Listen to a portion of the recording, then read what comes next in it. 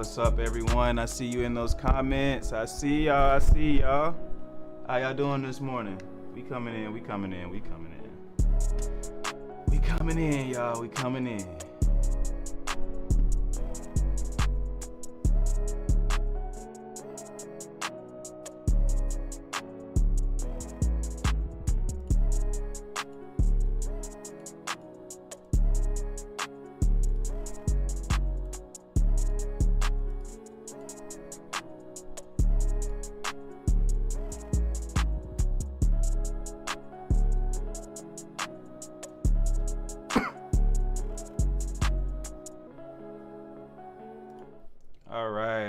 All right. Can you guys see me? Do you see me?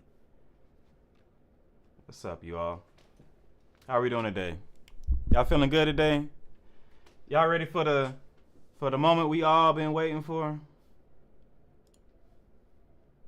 I'm trying to see if the chat's gonna be as delayed. It was a little delayed yesterday, so I'm trying to see if, like, when I say something, if it's being conveyed directly to you guys right then and there. Because I don't want to delay today. We want no delays today. We want straight issues. What's up, Shayla? What's up, Jay? What's up, Brianna? What's up, Miss Justice? What's up, Mad Dog? What's up, Temple? What's up, Dominique? Hey, Tabitha. La Panda Simma, good morning, good morning. Intel, good morning. Sharon, good morning. Good morning, good morning, good morning, good morning. How's everybody doing today? We doing good on this fine Tuesday. This perfect Tuesday morning. This beautiful Tuesday morning. Yeah, I'm just checking the YouTube for a moment to make sure that like because there was a latency issue yesterday and I hated it. I'd rather give up quality for interaction time. So I'm gonna pop over here right quick and I just want to see. So if you just see me doing weird things, I'm just trying to check my reactions. So I'm throwing up this one just to see how quick it shows me on my phone, how quick that one came up. Okay, so it looks like about a 3 to 5 second delay. I can deal with that. Yesterday it was like 15 seconds. I hated it because by the time y'all actually wrote your comments, it was like 15 seconds back. So it was like weird. You know, y'all know what I'm talking about. Y'all, if you was in here yesterday chatting with us, you know what I'm talking about. You know how weird it was. Good morning. Good morning. What's y'all favorite part for today? I know what my favorite part of today is about to be. Cause it was getting good. Did you make a quick post on hold on, I gotta stretch this out. Did you make a quick post on TikTok? No, yep. I just posted. That's the reason why it took me. I mean, the post didn't take me that long to post. I'm not gonna lie like that. But yeah, I did do that. Thank you for reminding me though, just in case if I didn't. I appreciate that a lot. I really do. You don't know how much I do. Do y'all like the thumbnail?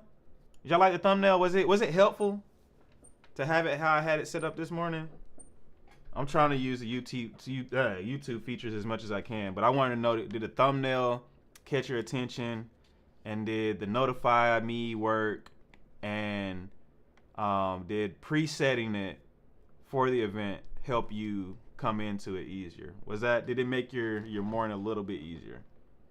You love this way better than TikTok? Look, man, we just gonna have to do both because I got people that love the TikTok. They're gonna be loyal to TikTok.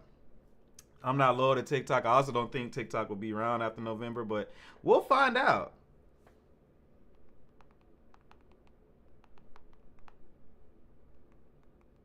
So yeah, trying to get everybody over here from the family on TikTok. Yeah, I liked it. Presetting it helped. Perfect. Yeah, it's dope. Beat is good. Everything was smooth. Good. I got my whistle. Where's the vest? Man, no vest today. No vest today. Maybe I'll throw it on for moments. Matter of fact, let me go find the vest real quick. If I can go, I got the. Okay, that's good that you got a notification. That means they ain't trying to trample down. Look, guys, I'm gonna put y'all onto something. If we can get it bumping in here like it was yesterday again, that'd be amazing. We amassed 270 subscribers yesterday, and if TikTok doesn't screw me, they're saying I got 5,700 watch hours from yesterday's live, an additional 3,000 after we went offline. So technically, we should have been able to monetize. We just need the subs. Like, we need 20 more subs, and if we get those 20 more subs, then we'll be on our first tier. Technically 17. 3 more people have. But give me 1 second. I just want to look for my little vesty vest.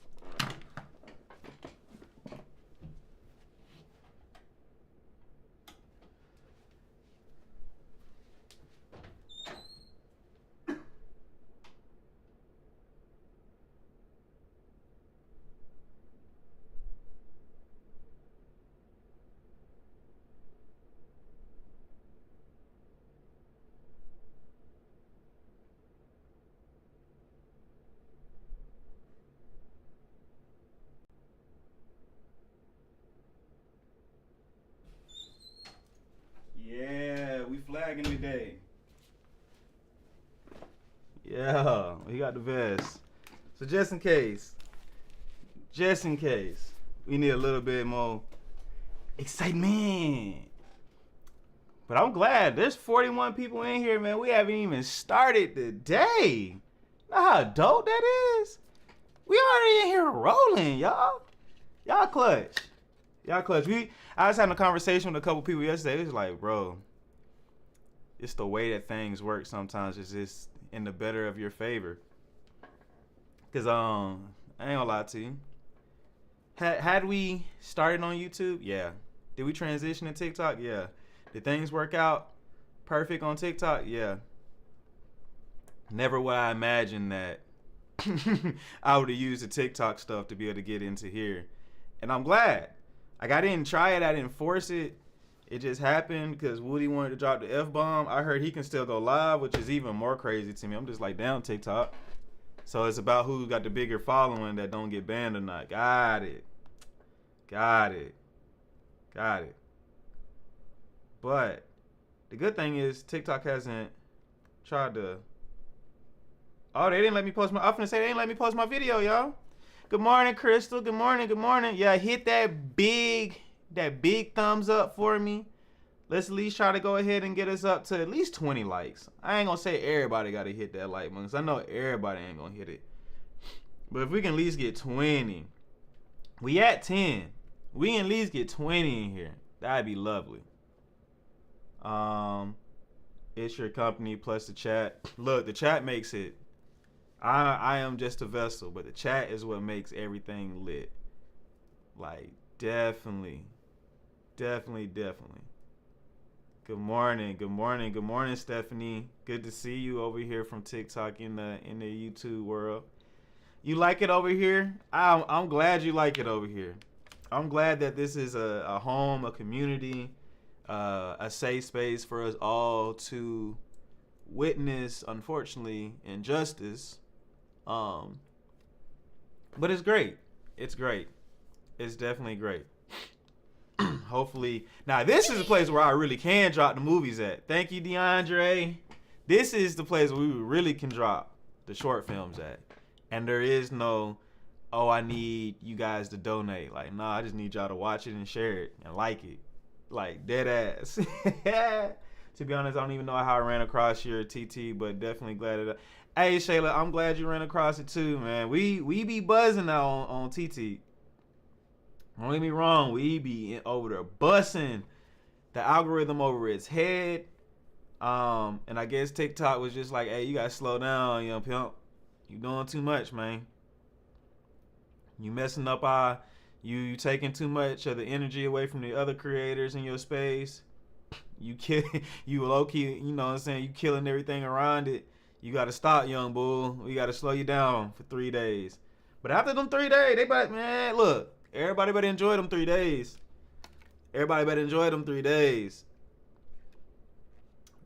Right, follow the backup page. Dummies, DUMMYS, talk to. Because, you know, we got to spell everything incorrectly, and we got to use the wrong form of to. Because we not well over here. We not the smartest people in the world. We are the people that wish to learn how to be better, so correct us. Make us better. And the one thing I like about YouTube, excuse me, because this is journalistic, right? I can go to any of these news sources and show you guys these videos without getting in trouble. TikTok be like, no, we're Singaporean. We ain't letting that over here. Nope, our law is a little different. We believe in stuff a little different. I hate it. I'm like, yo, if our tax-paying dollars pay for something, shouldn't no one be able to monetize off of it? If you really want to be honest about it. Like, being able to monetize and getting mad that you're losing money on something that taxpayer dollars pay for. So I can pay you can use our taxpayer dollars and you can make money off of something, but I can't cover something that I'm not getting paid off of that I am paying for. Got it. Makes sense to me. It doesn't. Doesn't at all. Oh, this is crazy. They got 427,000 subs. Look, Long Crown Trial's been going up, y'all. They've been on a straight incline. But yeah, if y'all don't know the backup page, let me get it for you guys. We'll just pull it up for a moment while we're waiting. But today is just gonna be so damn interesting. Like, I don't even know if I can. Let me tell you something. Don't ever Nah, don't tell me nothing. I ain't even like how your video started out. Give the people what they want. I don't know what the people want. Y'all gotta communicate that to me. So yeah, we're at 96 followers over here. We're probably not gonna get up to 500, which is the bare minimum you need to go live. I think you really need 1,000, but they gave me my live on Dummy Talk at 500. So what happened to Whitaker wanting to start at 8:45? Man, look, she said y'all stress her out. Y'all stress her out, and Woody said he needs some more time to sleep. So she said, well, I can't give you 2 hours, but I can give you 15 minutes. We have 51 concurrent viewers. What's good, Candace? How you doing, Kimfolk? I hope you feel well today.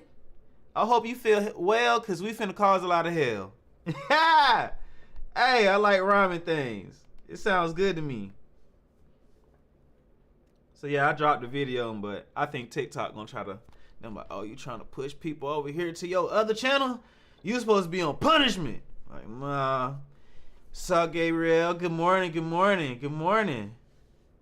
Good morning, Asia. You're running off of 2 hours of sleep? What the hell was you doing? What was you up doing? Only get 2 hours? Yeah, you gotta spill the beans. What was you up to, nah? Good morning, Laura. What is it, Laura? I'm gonna say Laura because I want to say Laura.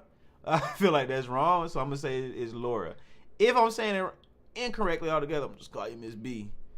You gonna be Miss B. Candace, ready like Freddy? Right. I'm ready like SpongeBob. Gotta jack them arms up. I'm ready, Eddie. Hey, man, we got 3 minutes and 26 seconds left. 2 hours of sleep is my kind of night. What? Look, I can do 4. I can get good off 4. 1, we might have to fight. We 2 hours, we might have to fight, man. I can't. I love YouTube because I can walk around with my headphones and leave my right. I like don't get me wrong. Excuse me. I prefer YouTube. You can make. It's a lot. I'm not gonna say it's easier on YouTube, guys. It is harder to build up on YouTube, but it's more user friendly. Like if you want to donate money on YouTube, you can, but it's not why a creator would get paid. You know what I'm saying?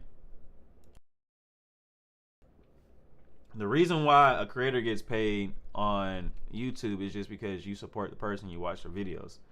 So if you watch a video of mine on YouTube, it helps. Whereas like TikTok, you have to subscribe, watch the video, which subscriptions cost money. You have to watch the video. You got to get your creator to 10,000 followers, still support that creator. There's no super chats, so when their chats get crazy, like when they start hitting like the 2000s, and or technically when we hit 1,000, it was already hard to see some of the comments. So once you hit 1,000 on TikTok, like your comments kind of lost and gone. With super chat, at least you can like, hey, I want you to see this comment, read it, and then I'll see it, and then I can acknowledge it a lot easier. So there's benefits to YouTube. Like the only thing that you can't really do is tag people, which you can. It's just a little bit harder. But we could easily all send email my bad, YouTube a suggestion and be like, hey, you guys should make your chat more like TikTok, where it's just you can click on the name at the person and it'll tag them. And then I think we're pretty much the same at that point. So it's a little more relaxing on YouTube. With TikTok, you have to be on point because anything could get you banned. Man, Shayla, we ain't even gonna talk about that. Cause damn, that's why we over here. That's why I said low key. I know y'all may not believe in God. I do. I find it to be divine intervention because I would have never hopped off and got on YouTube. And mind you, this is supposed to be the biggest week of the trial, so I damn sure wasn't gonna get off TikTok. And then TikTok was just like, no, we don't want you. And then thank God I already had the YouTube somewhat set up. Like when I first went live, it was on my other one. Cause like I be trying to do gaming stuff too. But I was like, oh damn, that's the wrong login. And then so I typed it in again and got it all logged in. I'm like, man, these people not finna come here. It's been too long. And then as soon as I went live, it was 80 people in here. I'm like, damn, y'all clutch. Like, sheesh. And then it just went up to 100. Then it went to 120. Then it went to 150. Then out of nowhere, it jumped up to 200. And it stayed at 200 strong. Then it jumped all the way to 300. Then we got to like 353 towards like the last hour of the stream. Man, that was a great feeling because it shows that you guys are like super duper loyal and that you have someone that you actually enjoy their content. So it's like reaffirming. And I've wanted people to be more so on the YouTube because you don't have to pay to get stuff. Like, I don't like when you guys have to pay to get stuff. If you want to do the super chat and you're just donating, cool. So I don't put my Cash App on stuff. You never will see me put it on there. It's not my thing. Or any type of other, no. Now, if y'all want to do super chat, I ain't going to keep y'all from that. I ain't going to hold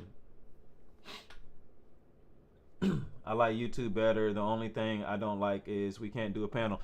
I'm working on that, Jaraven. So actually, we can do panels.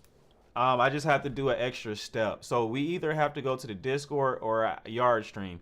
I think Yard Stream might be a little bit easier. The only thing I don't like about Yard Stream is it messes with my quality. Like right now, y'all getting full 4K, at least with like how my skin looks and everything. But if I go to Yard Stream, they're gonna bump it down to 720p. I don't know how I feel about that. What the little me? Are you sure about that? Are you sure about that? Are you sure about that? And then Discord is just hard to get you guys into one area on the Discord because if I put the Discord link in my TikTok, then everybody thinks I'm going live on Discord, which I don't. I will never go live on Discord. So then that becomes another issue. So right now it's trying to figure out. I think StreamYard is the best option. I don't want to pay for the shit. I don't.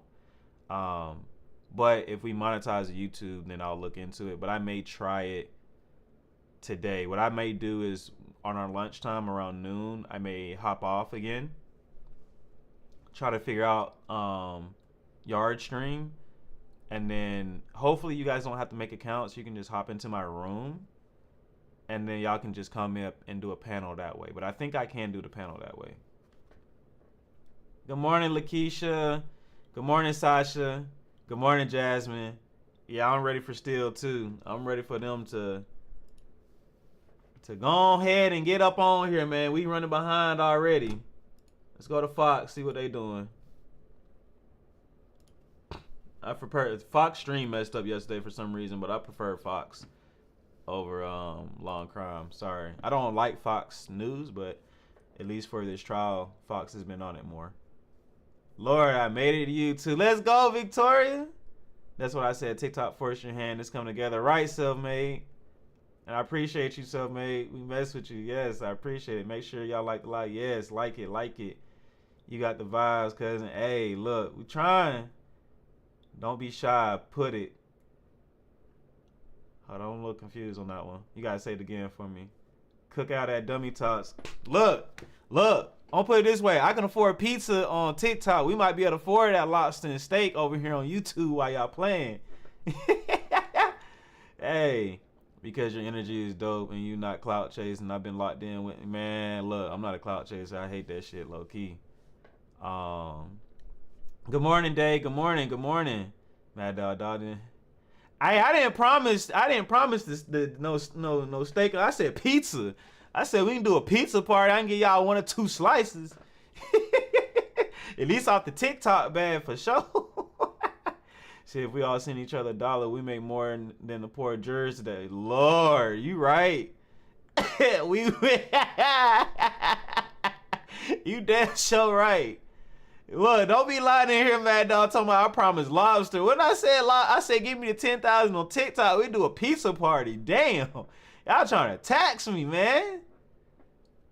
Did anyone find out what the issue the juror was having? The juror was no longer getting medical leave from her employer, or his or her employer, their employer. And because they're not getting medical leave anymore. They weren't making any money, so it was becoming a financial hardship. So they applied for a new job. This is what I'm hearing. It's not me for fat, but it's what I'm hearing, because I've heard there's been some misinformation going around about this too.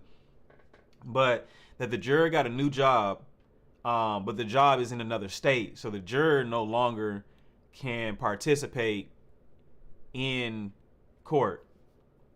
Now, what I was told in addition to that is, sorry. What I was told, my bad, my nose is a little stuffy right now.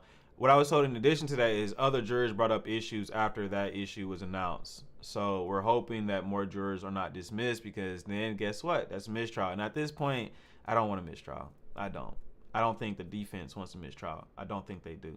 I don't think the judge wants it to go to a mistrial unless it's by default, which she can't control that.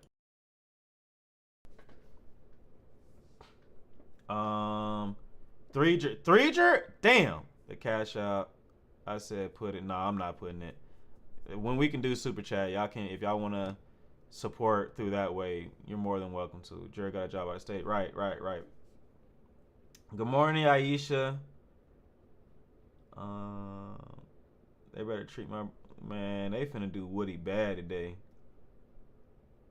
I'll take a meat lover slice. I got you. Whatever. We can do cheese. We can do veggie. We can do pepperoni. We can do meat lovers. Mad Dog, I heard lobster awesome. Look, not y'all lying on me. Y'all heard someone else say lobster. I ain't say. I can't. Man, y'all talking about $50 a plate. Just no nah, we're not doing Domino's. No Domino's. And now the employer is questioning if should have even been paid on medical leave or something like that. Oh no, that's wild. It sounds like a lawsuit. That sounds like some sanctions coming. So I don't like companies all the time. Companies be doing some weird shit. Yeah, we're gonna have 1 million followers after this. See, when you put 100K, 1,000K, I think millions. I don't know if you mean 1,000 followers or you mean like 1 million. I love 1 million, but I'm good with 1,000. 1,000 gets us fully monetized. Hello, we need YSL Dummy Talk watch party one day. Who in Atlanta? Little sipping hook. Look, I've been serious about that because I really want to organize and protest. I don't want to do no fucking stupid ass virtual protest. No disrespect to anybody, but I don't want to do a virtual protest. That doesn't do shit. I wanna get out here in these streets and really get loud and rambunctious. Like, I ain't trying to, you know what I'm saying, burn nothing down. I ain't trying to destroy nobody's property. But I'm trying to scream at the top of my lungs where I can't talk the next day. Yeah, that's what I'm on. I'm really trying to see a change. Like, in them courtrooms, they soundproof. They ain't that soundproof. They ain't that soundproof.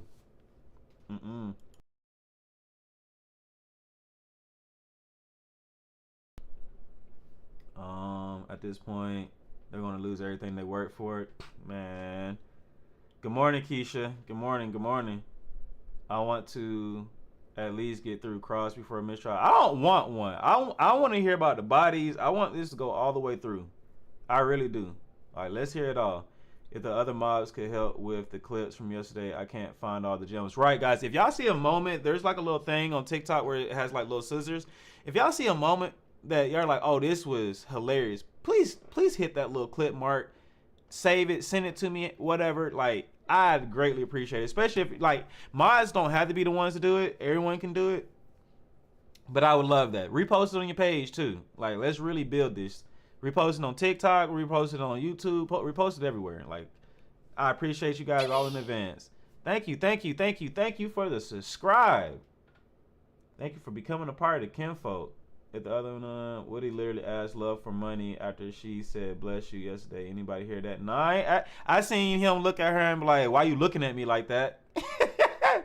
Damn, I haven't had their pizza in forever. If you talking about Domino's, I ain't doing Domino's. I'm not doing Papa John's, and I don't personally like Pizza Hut. So we gonna have to get an actual good pizza place. Like, it's gotta be like legit pizza. Hopefully the audio's better today. I think they just had it turned down on because there was different levels between Fox and and Law and Crime. So I think that was just more so the camera team not having it turned up loud enough.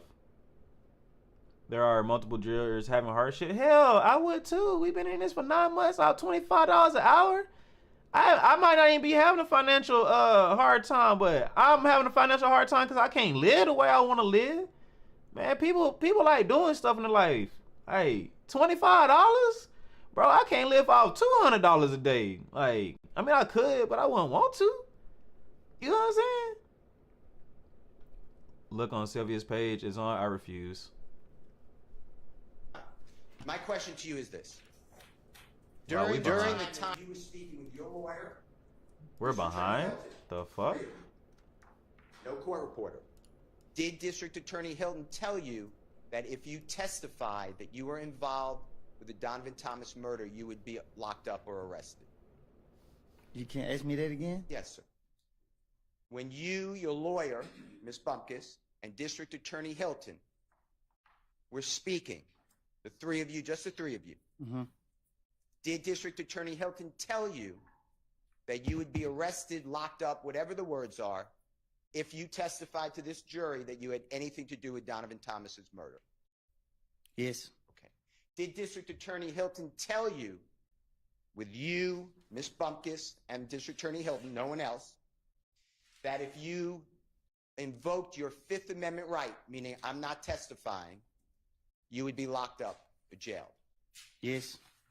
Other than those two things, did District Attorney Hilton tell you you could testify to anything you want or something to that effect, and you would not be locked up? Just tell the jury. Just think about it. I don't know what you just said. That's my. I'm sorry. That was a bad question. That's me. Thank you for telling me that I was inartful. Is my word. Okay. Other than those two issues you just told, I'm going to get locked up if I invoke the Fifth Amendment. I'm going to get locked up if I testify that I'm involved in Donovan Thomas's murder.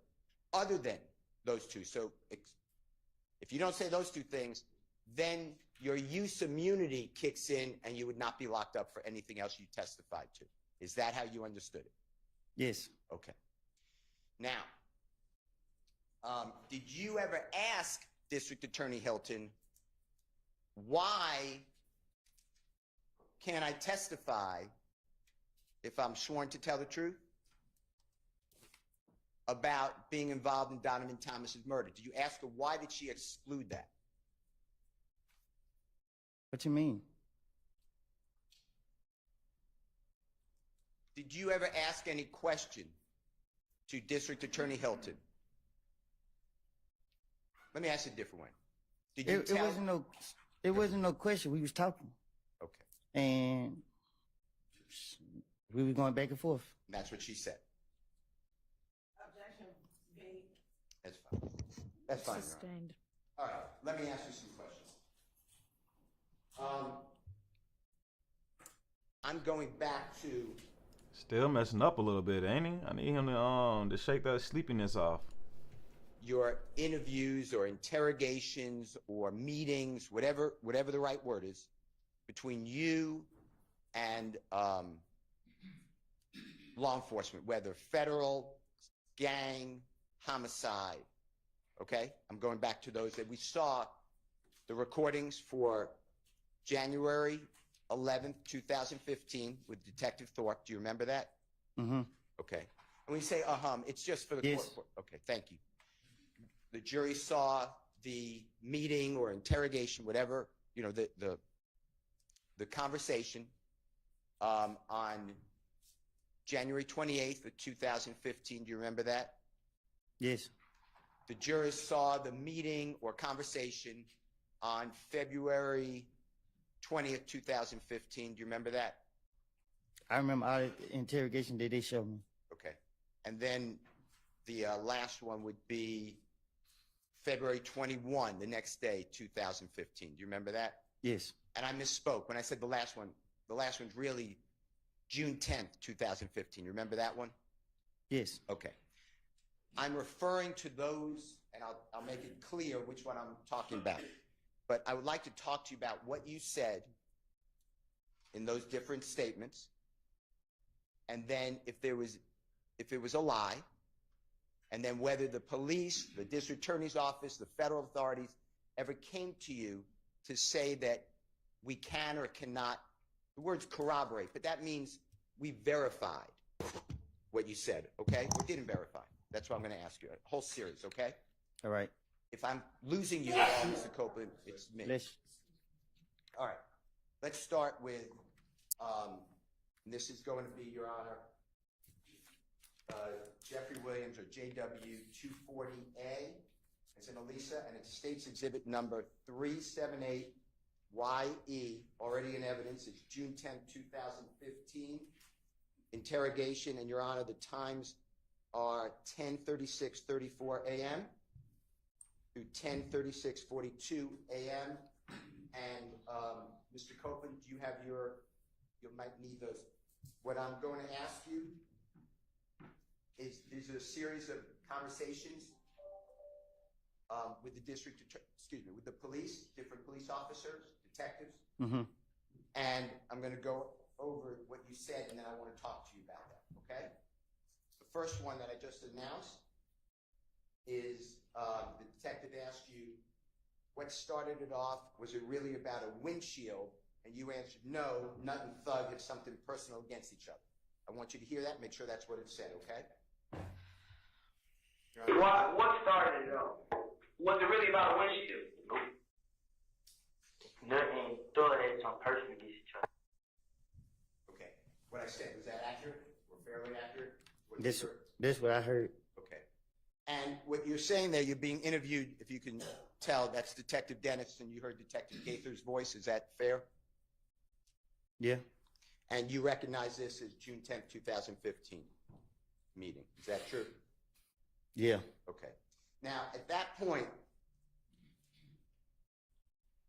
you also said, and this is at JW240B, Your Honor, it's in Barry, State's Exhibit number 378.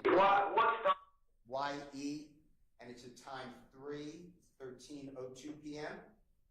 to 3:13:22 p.m. And Mr. Copeland, tell us if you hear this. You said, you know what I mean? Honest to God truth.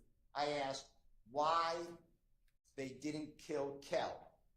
Like, you feel what I'm saying? Why and I'm not saying it, but H-E-L-L, they kill, like. Hold on, I just want to make sure. Are you guys having a hard time hearing the court audio? Y in the chat for yes, in for no. He wasn't a problem. Did nothing. And Detective Thorpe, remember who he is, the homicide detective? Yeah, the bald head dude with the script right here. Yes, sir. He said, and then you said, that's what, I don't know what, and then I can't understand it, so you tell us. Then did. That's why I knew it was something personal between him and Thug. I don't know.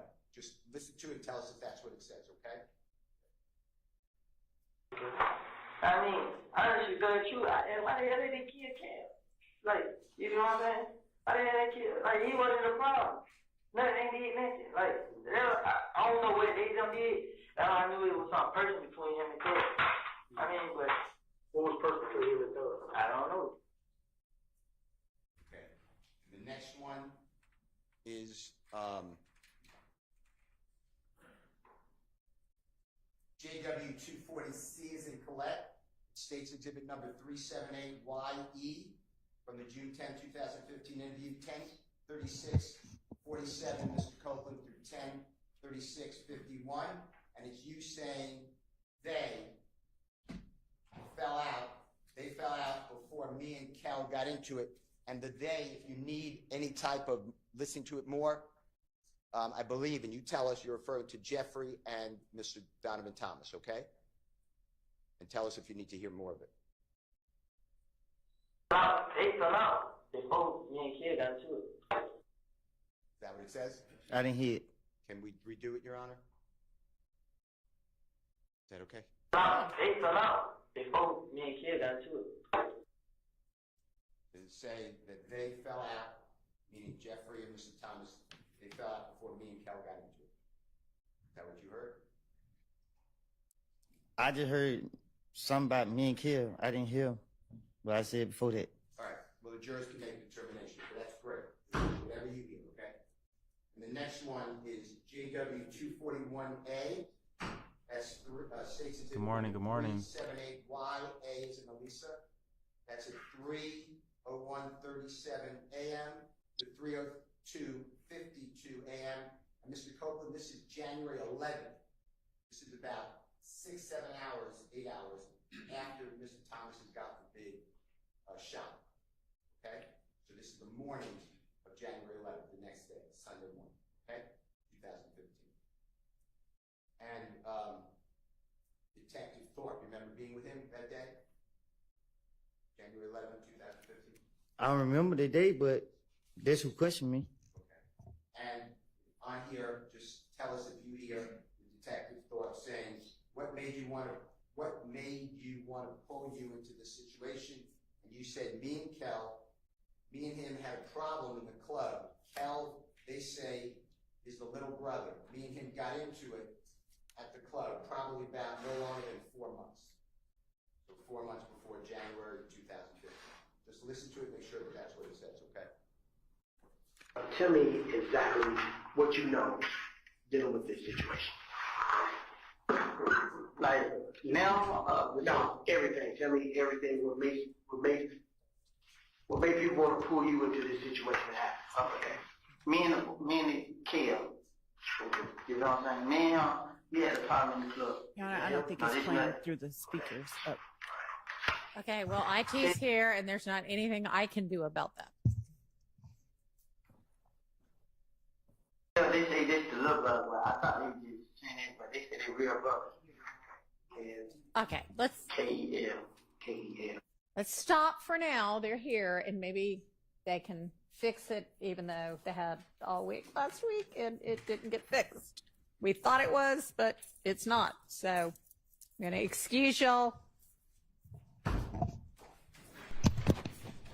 Boy, even in the morning, Shawty got an attitude. The backup also doesn't work, by the way. Ain't no way she. You know what? I ain't even gonna say that. I'm finna look. Is Judge Whitaker married? Cause I think her and Ms. Love need the same treatment. They need that. Cause it be too much too. To have someone in your life that loves you, there's no way. It's vitamin D, roses, the Hulk.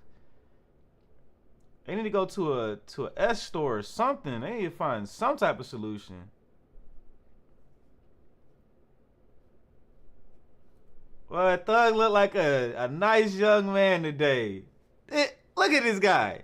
Would he ever be a mob leader? Like he would never. Thug. That distinguished young man looks like he wouldn't hurt a fly, guys. I think they doing too much, man. Let my people go. Let them go. Let him go back to the place.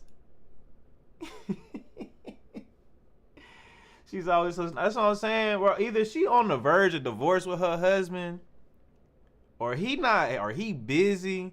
There ain't no way that she coming up in here every day this upset. Like, yo, she has like no patience. I won't even say angry. She has zero patience, which makes me not like her as a person. Like, that's not the job.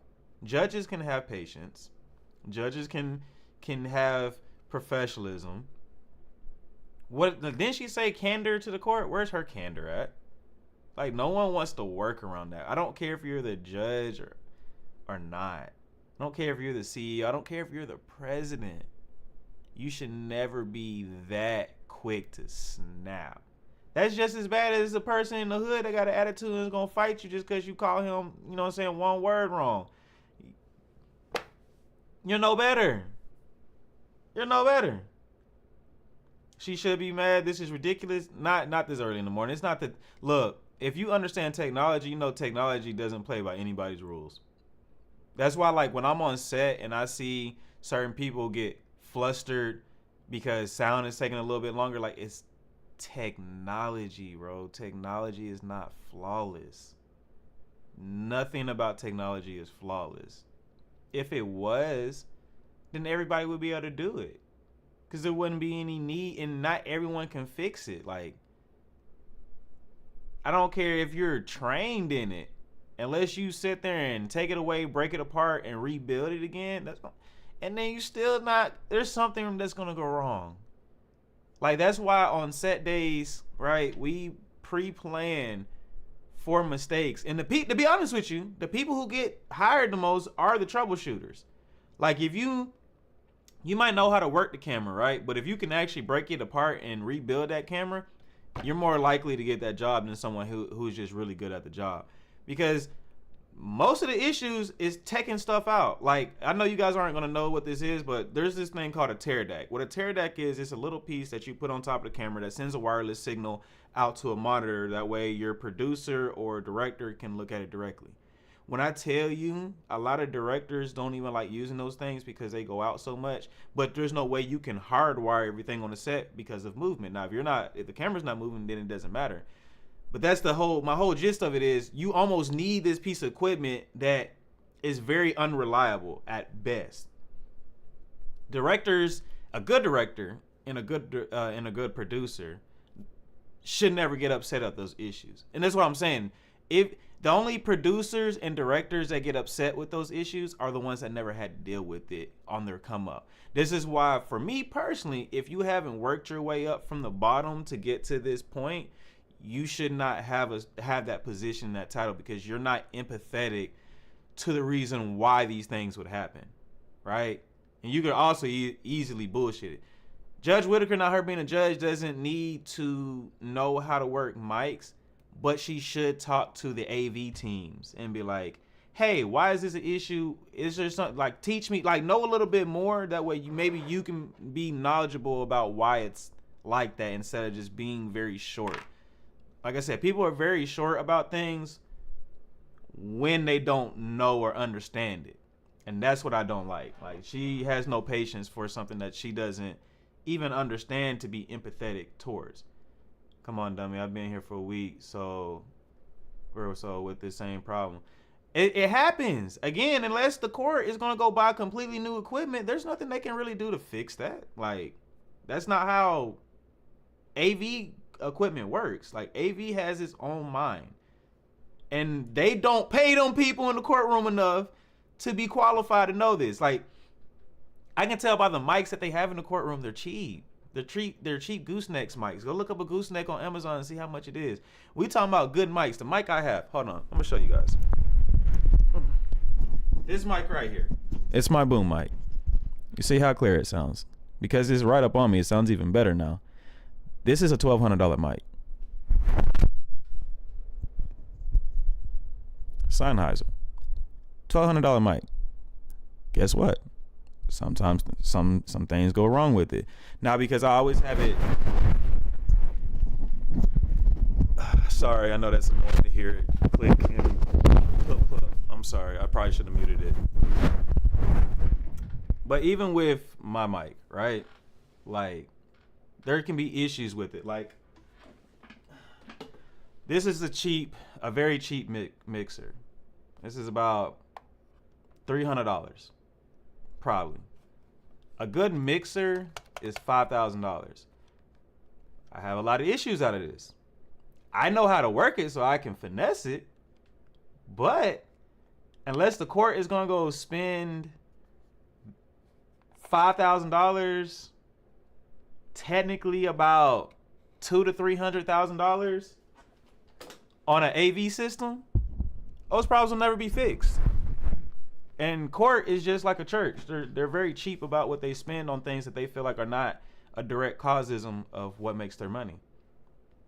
They're supposed to have it fixed because this is your job, so you lean on that direction. I'm telling you, it's very hard to fix it as the AV people if you're not provided the right equipment. Think about your job. If your job wants you, let's say you have to use a computer, but you're using a Windows 95. You're using a computer, the box screen, not using a flat screen. You're using some shit that was made in 1990. Are you going to be able to perform your job correctly when it barely is even able to handle the internet connection?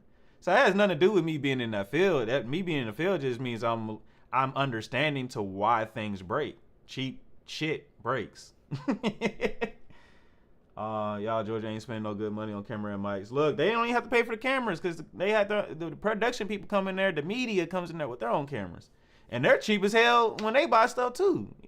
Because once they buy it, they don't upgrade it. The news using the same cameras they was using in the 2010s. We in 2024. They supposed to be using FX9s. They still using FS7s. I know y'all don't know the difference of that, but there's a lot of people when it comes to like on the cheaper side to make their money. They really live by the if it ain't broke, don't fix it. But that does not work with AV. It does not. To me, this is beyond the AV. It's the whole thing she's annoyed with. I can agree with that. I remember that mic, LOL, hours holding it up. Right. Like, Intel Firm has done movies with me with this mic. So, yeah. Get what at for? I don't understand that. Someone fill me in. The mics are messed up. So I had nothing that's happened. That's filling you in. Get what you pay for, right, princess? Imagine how many courtrooms. That's the part too. Maybe they have to be cheap because there's so many courtrooms.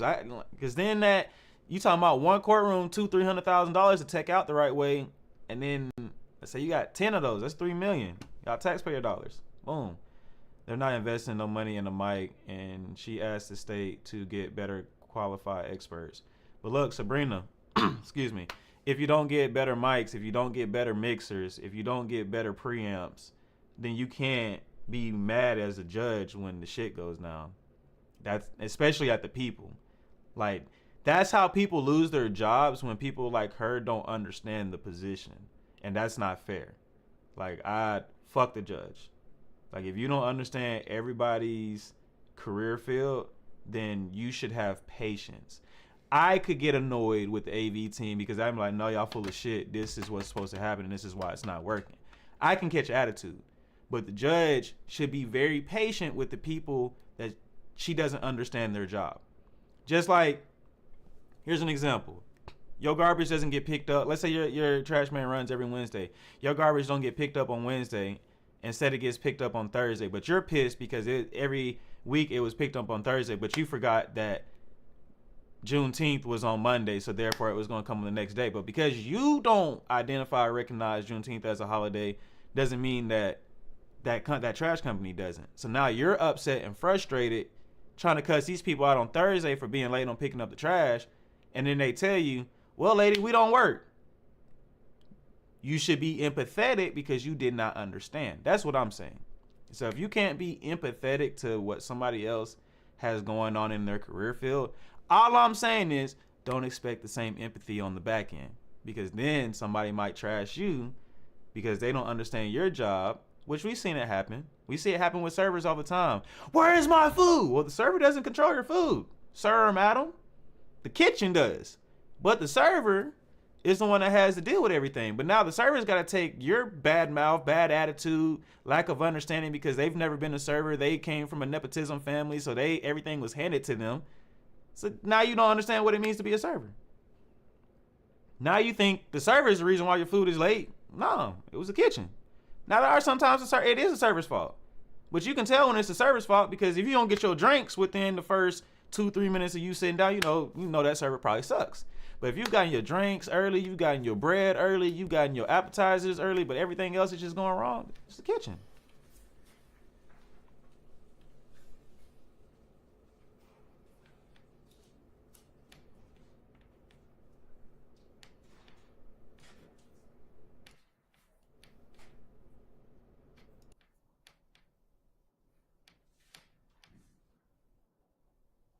What's up, Brittany? Is anybody else having a hard time hearing my mic?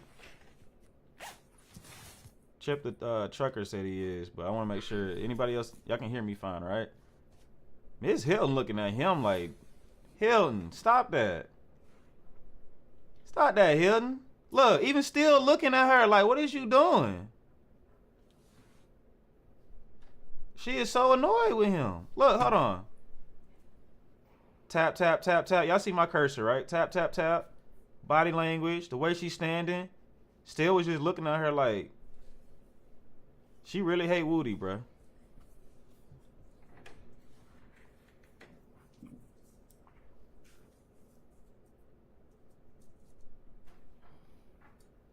Look, I line back at him. You ain't gotta look at him, lady. Look at the floor.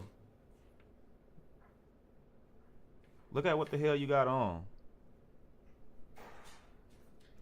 I get it. This case is just boiling to the top and everyone over it, and the poor IT guys are catching heat. Right. They just the middleman inside of all this. That's all I'm saying. Like, I would defend any position like that. It's not just them, and because I understand them. I try to have patience and grace with every career field because you never know what a person has to go through in just their job, not including the external shit that we all go through with, like, our moms, our dads, health, kids, all that. I got questions early. I'll answer them, but there's not really nothing going on. That boy Huey, man, he was out here. He looks so innocent too, man. He don't look like he never did a crime in his life. Y'all think this man ever did a crime? He look innocent, man. He praying to God right now. He definitely praying to God. He like, God, why? Why did you allow me to do this dumb ass shit? Boy got the ways. What Huey did, man. Huey was a hitter, apparently, according to the state. I don't know, man. With the name Huey, man, I think that tie, you look like a distinguished young gentleman. I don't think this man did no crime. Yak Gotti, look at him with a haircut and no dreads. He don't look like he would tell her to fly. Look at that. Why would Weinstein represent someone like that? He only represents good people. This is a good man, a very good man.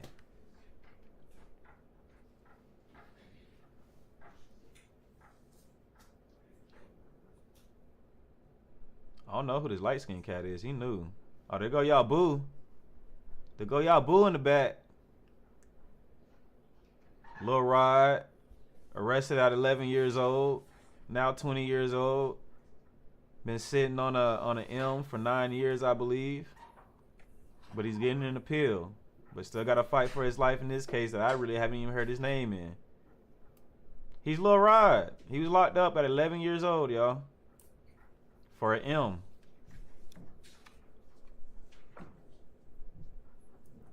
Then I think this is Quay. I think I could be wrong. Yeah, Juror 11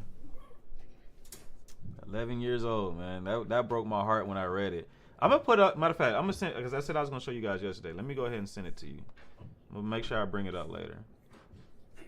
I think he's 20 now, if I'm not mistaken. Yeah, Thank juvie, you. but they All right, charge him like a big until boy. we have sound again. We All right, don't I'm know shutting why. up, guys. We don't know if or when it will stay with us, but we're gonna, as long as we have it, move forward. Shady. Thank you, Your Honor. Mr. Copeland, we are going to go back to when the audio seems to have gone out. I'm going to play again the JW 240C as in Colette, State's Exhibit number 378YE. That's a June 10, 2015 interrogation or meeting at 10:36:47 a.m. to 10:36:51. And this is where you are explaining, I believe, and you tell us, that they, meaning Jeffrey and Mr. Donovan Thomas, fell out. They fell out before me and Kel got into it. That's the part. If you could listen again, maybe that was, when you said you couldn't hear, maybe there was an audio problem. Your Honor, can we play that through Mr. Kokomo? Yes.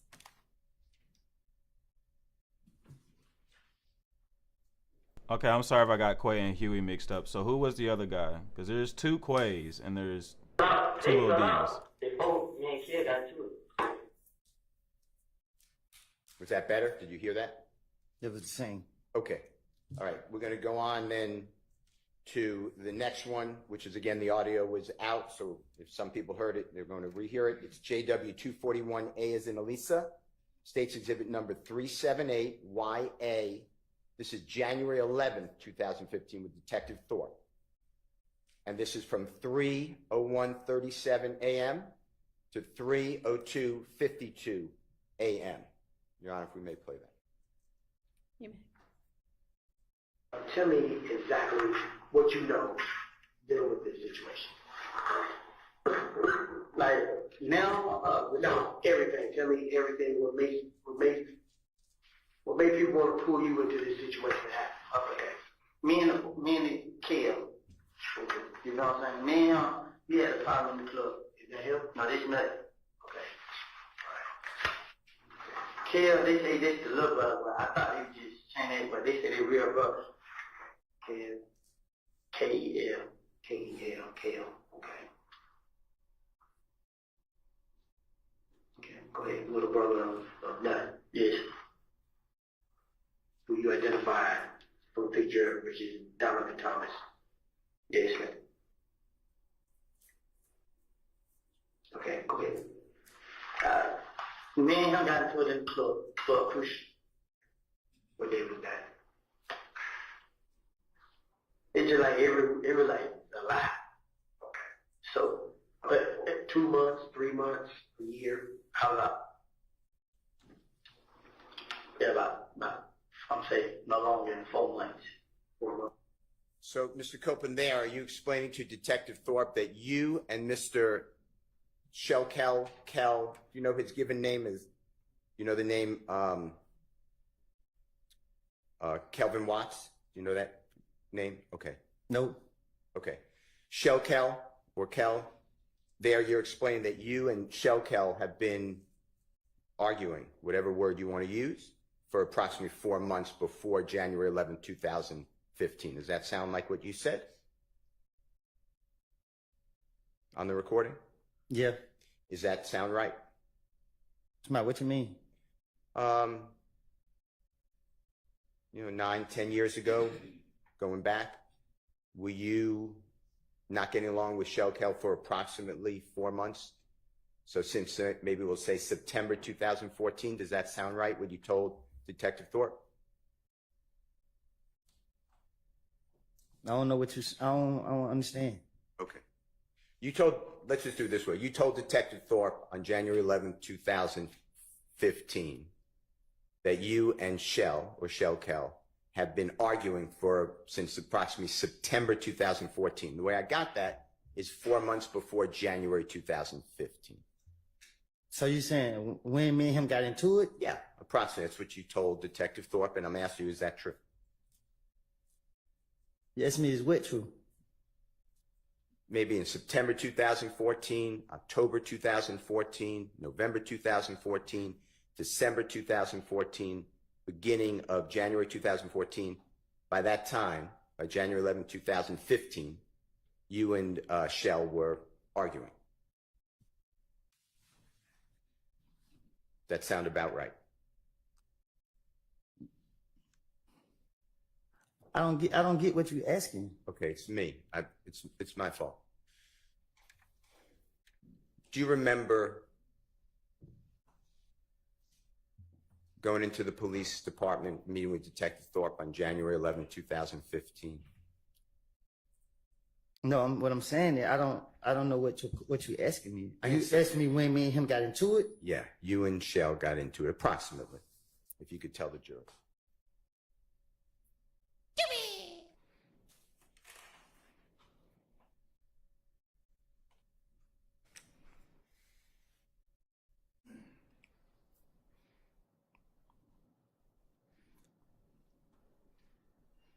Like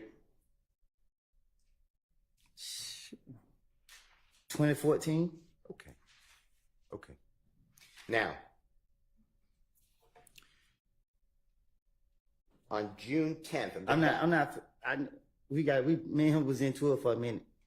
Okay. Does about 4 months before Mr. Donovan Thomas was, God forbid, killed sound right? And if it doesn't, or you don't remember, I don't know. That's fine. That's fine. And I thank you. Going back to the June 10th, 2015 meeting or interrogation with Detective Gaither, Detective Dennis, you know what I'm talking about? Detective Thorpe at the time, ATF Agent Cunningham at times. I'm on June 10th, 2015. When you told law enforcement, or do you remember telling law enforcement that Jeffrey and Donovan Thomas were arguing or had a falling out before you and Shell had a falling out? Do you remember saying that? I don't remember what I told no investigators. Okay. Did you hear that on the recording we just listened to? Did you hear you say that? What I just say? On the recording that Jeffrey and Donovan Thomas fell out or were arguing. I would have told the investigators anything. Okay. The truth is that, to your knowledge, your observation, so you saw with your eyes and you were present, your ears, Jeffrey and Donovan Thomas were, your words was, big homie. Is that true? They were friends. Can you say that again? Yeah. From your observation, by January 2015, you knew that Jeffrey and Donovan Thomas were friends. Is that true? Right. Okay. And what you said to the police was what you've been explaining. You would do anything to get the police to stop looking at you. That's all you were trying to do, to go home. Right. Okay.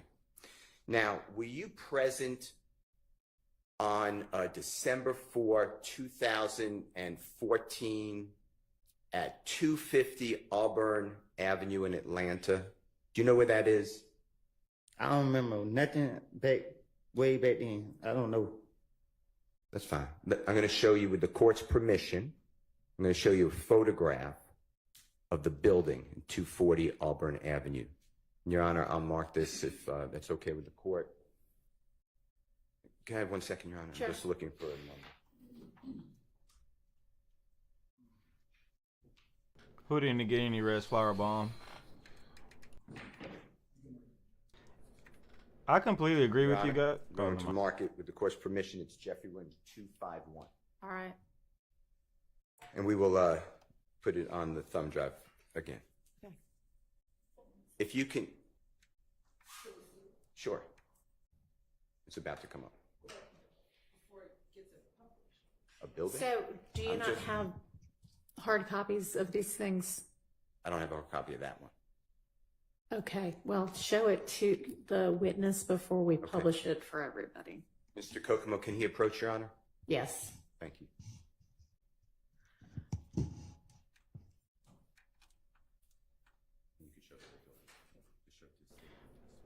Look, I agree with you guys. I didn't peep if he was tired or not, because that kind of doesn't go into my head when talking about professionals. There's no such thing as being tired. You're always tired. You just know how to push through it. Even with athletes, there's no such thing as being tired. It's just get the F through it. But yeah, I can imagine he was up all night trying to figure out how to reword his questions. But he's doing bad because Woody doesn't understand it, or is trying to not understand it, but still is asking difficult questions in my opinion.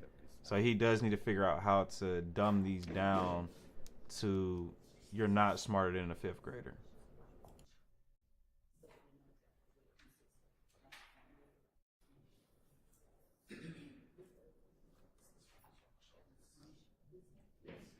You are correct.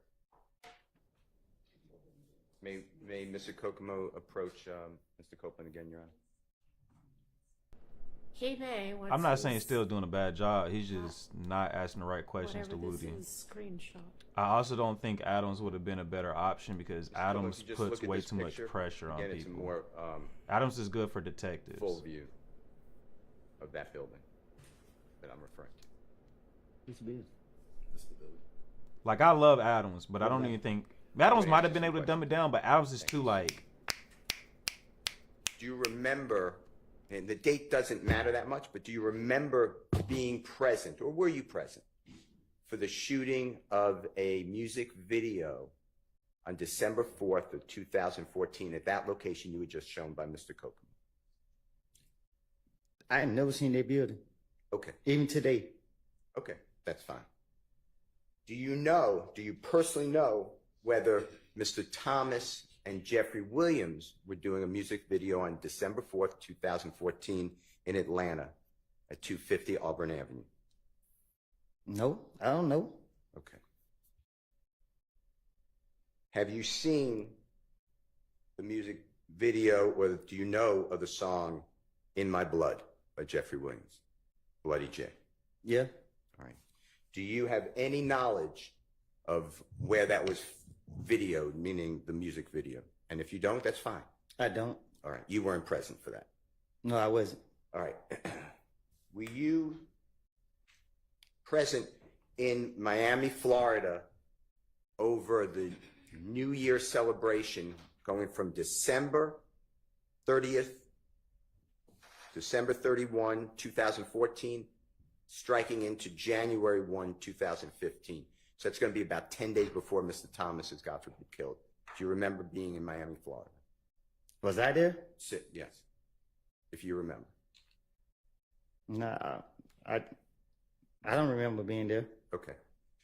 Do you remember seeing in January of 2015, after Donovan Thomas was, God forbid, killed, do you remember being present at shows with Jeffrey Williams and you know who Rich Homie Quan is? Yeah.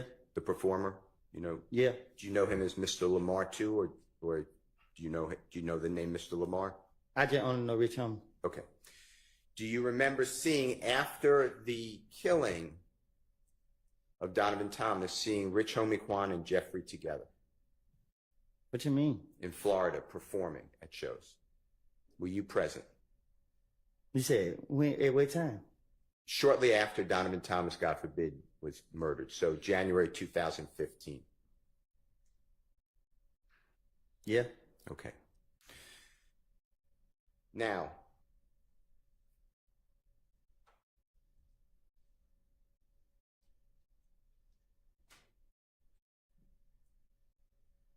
were you personally aware? You were at Jeffrey Williams' home after Donovan Thomas was killed. At some point, Donovan Thomas, God forbid, is killed. At some point, you are actually at Jeffrey Williams' home in Atlanta. Is that in the Sky House? Is that true? What you mean? Okay. So I'm locking in on the date that Donovan Thomas is killed. I'm just telling you the date. I'm not asking you to remember, but it's January 10th, 2015, okay? But Donovan Thomas is killed that night. Or he's shot that night, okay?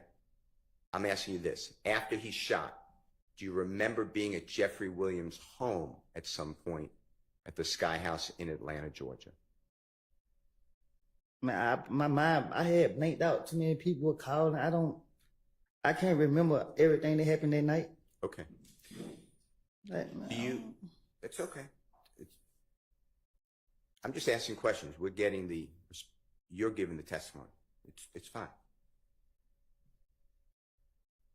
After Donovan Thomas is killed, after the news got out that he's killed, the information, did you ever see a posting by Jeffrey Williams about Donovan Thomas's death that night, or January 11, 2015? Do you remember that on social media?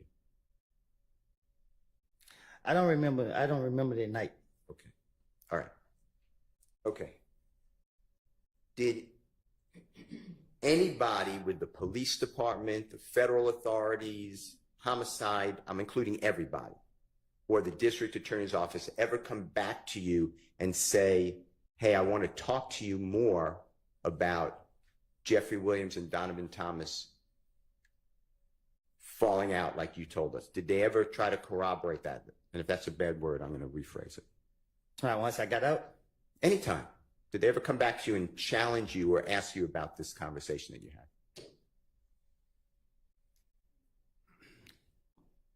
had? I can't remember if they have. Okay. I don't think. Outside the interior, once they went locking me up, we wasn't nothing to talk about. It was over, right? You gave your statement. They don't come back to you and ask you about this, right? Right. All right. I'd like to go to another part of your statements. And this is where you told the detectives, again, it's June 10th, 2015, that you tried to get Mr. Williams or Jeffrey, and do you know who Bloody J is?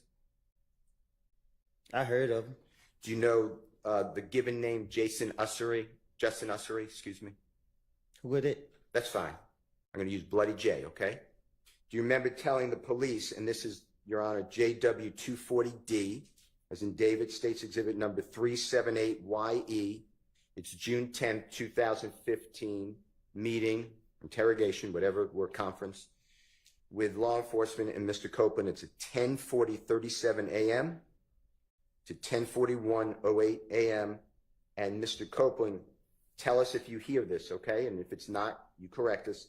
Detective Dennis tells you, so the night at Crucial, when you were saying they jumped on you, you said, when all the, and I'm just not saying it, but SHI blank popped off. So what happened, this is Detective Dennis, what happened when you came outside with Bloody J? Because you were saying last time, and then there's overlapping conversation, meaning I can't understand it, multiple people speaking. Then you said, then Detective Dennis said, when you were trying to bring everybody back together. And the Detective Dennis said, you were like, is he ready? And Thug, or Jeffrey, kept saying, nah, he ain't ready. You remember that? That was Detective Dennis saying, you remember you told us that when you said, and you said, you mixing things up. You're talking about the time we was in when I called Bloody J and tried to get him and Jeffrey, or Thug, you said, back cool. That's what I'm targeting, okay? So please listen to it. And if I said it wrong, just say it right. Your Honor, can Mr. Copeland listen to this, please? And the jury. So the night at Crucial, that when you were saying they jumped on you, right? When all shit popped off. So what happened when you came outside with Bloody J? Because you were saying the last time you were trying to bring everybody back together. You was like, is he ready? And Thug kept saying, nah, he ain't ready. You remember that? You remember you told us that? When you said You mixing it up. You talking about the time we just made the shit when I called Bloody J and tried to get him to throw that cool. Remember saying that you were, the discussion, Detective Dennis is telling you were trying to bring everyone back together, make everyone, friends again. Remember Detective Dennis saying that? You just heard that? I just heard. Okay. And then you said that you called Bloody J and tried to get him and Jeffrey, or Thug, back cool. Do you remember saying that? Or did you hear that? Again, I'm talking to the investigators. I'm trying to tell them anything. Right. That's not true. Right? You were just trying to get out of custody or jail. You want to go home, right? I've been telling y'all that for the longest. Sustained. The statement the jurors just listened to, you were trying to finesse or lie to the investigators to get them off of you so you could go home, right? That was my plan. It was a lie, right? My plan was to spin the police, hoping they'd let me go. And did the police ever show you, or the district attorney's office, any cell phone records of you and Bloody J speaking at all on the phone? What you mean? When you said to the detective, I called Bloody J and tried to get him and Thug back cool, did the police ever come back to you at any time, or the district attorney's office, and say, here are jail records, here are cell phone records showing you and Bloody J talking? Did they ever try to do that with you? No, once they took me to jail, I don't hear from them until I'm back on the street and I'm going back to jail again. Any time while in jail that you called Bloody J and said, wow, I tried to get everyone together. And that never happened, right? Huh? Had a phone call with Bloody J while that would be recorded? I never had Bloody J number a day in my life. Did the police ever come to you, or the district attorney's office, to say to you, to challenge you, or to tell you, hey, we know this to be true or not true? Did they ever do that with you? Huh? Did the police or the district attorney's office come to you and challenge you on that statement and say, hey, we have information, this is true or not true? Did that ever happen? It's the same question. A single question. Did the police ever do that at the district attorney's office? No. Okay. I'm going to go to another one. This is your statement again. This is June 10th, 2015. Your Honor, it's J.W. Jeffrey Williams 240E as in Aaron. It states exhibit number 378YE. And Mr. Copeland, this is at 10:45:09 in the morning to 10:46:01 in the morning. And on this one, what I'd like you to listen for is you saying, if you did say, you tell us, yeah, so I'm like, and I'm not saying, but darn, but it says another word. But this SHI blank happened, but before that happened, me and Kel was face to face. You know what I mean? Detective says yes, or uh-huh. Then you say, truth be told, I walked up on him, meaning Kel, with Shannon, me and him, it was me, D, my baby mama, and her friend. You said, the text said, uh-huh. You said, it was Kel and about 5 more other, I'm not saying, but ends. All right, look, bruh. You know what I mean? I got a problem with you, bruh. You know what I mean?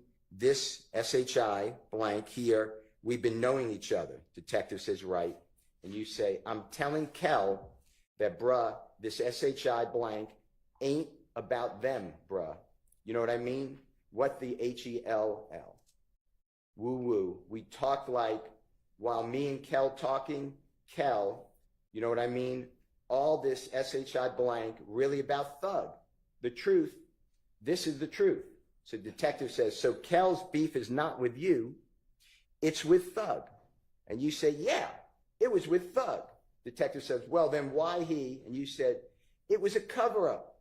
You're not listening. It was I was the cover-up. I want you to listen to this and tell me if you hear what I said. If not, just correct it. Yeah, I said something like that. But they should have, but for the heck, me and Kill face to face. Now, I mean, truth be told, I'm a bum. We're scammers. Man, it was me, D, my baby mama, and her friend. It was Kill, and about 5 more with me. I'm like, look, bro, I mean, I got a problem with you, bro. I mean, this shit here, we been on each other. I'm telling Kill that, bro. This shit ain't about me, bro. I mean, what the hell, we talk. Why me and Kill talking? Kill really not saying. I mean, all this shit really about Thug. The truth, this is the truth. So Kill's beef is not with you, it was Thug. Well, why? I was the cover up. You're not listening, I was the cover up. Listen. Did you hear that, Mr. Copeland? Yeah, I heard. What I said, is that what you heard? I heard it. Okay. And you were doing the same thing you've told the jury over and over again, right? I was lying to the police because I wanted to go home, and I was putting it on Jeffrey, right? That's why I keep telling you. And the police, you knew, wanted Jeffrey. They wanted to make a case against Jeffrey. They made that clear to you, right? Yeah, they did. So it wasn't that hard for you to realize, and I'm not saying you're not, using your finesse, but you knew who the police wanted you to implicate's my word. That's a bad word. You knew who the police wanted you to say is the person responsible for this death, right? I didn't think they were going to go after him. Okay. And you knew that they wanted information from you about Jeffrey. True? Yes. Now, when you talk about your baby mama, did you hear that in the recording we just listened to? Mm-hmm. You're talking about the Honorable Miss Deshawn Quarterman, right? That's her name? Yeah. Okay. And you're aware that Miss Deshawn Quarterman, your child's mother, had spoken with multiple, but Detective Gaither at times. True? What you mean? During this time. Yeah. And we know that because remember hearing some jail calls yesterday that the district attorney's office played for you, and you even asked Miss Quarterman or Deshawn to call Detective Gaither on one of those recordings, or 2 of those recordings. You remember that? Yes. And you asked Deshawn Quarterman to text Detective Gaither. Do you remember that, hearing that yesterday on the jail calls? Yes. Do you have any information that Deshaun Quarterman or Detective Gaither or anyone else came to you and said, hey, we corroborated. We spoke with Deshaun, and she said, yep, I was there when you made it good with Kel, and it's all about Thug. It's all about Jeffrey. Did that ever happen? The police never talked to her without me knowing. They never talked to her. Period, right? Yeah, they didn't. They talked to her when me and her was in the interrogation room, and they really didn't say that to her. Yeah. Okay. Okay. And of course, it's a lie that you and Kel were on good terms, and that it was all about Jeffrey. That was a lie. That was part of your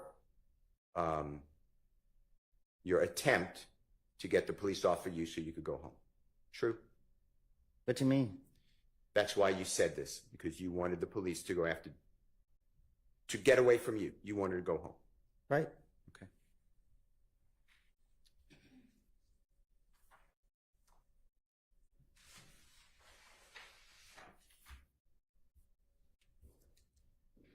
One more I subscriber want left. to go to, it's Jeffrey Williams, number 240F is in Fox, State's Exhibit number 378YE.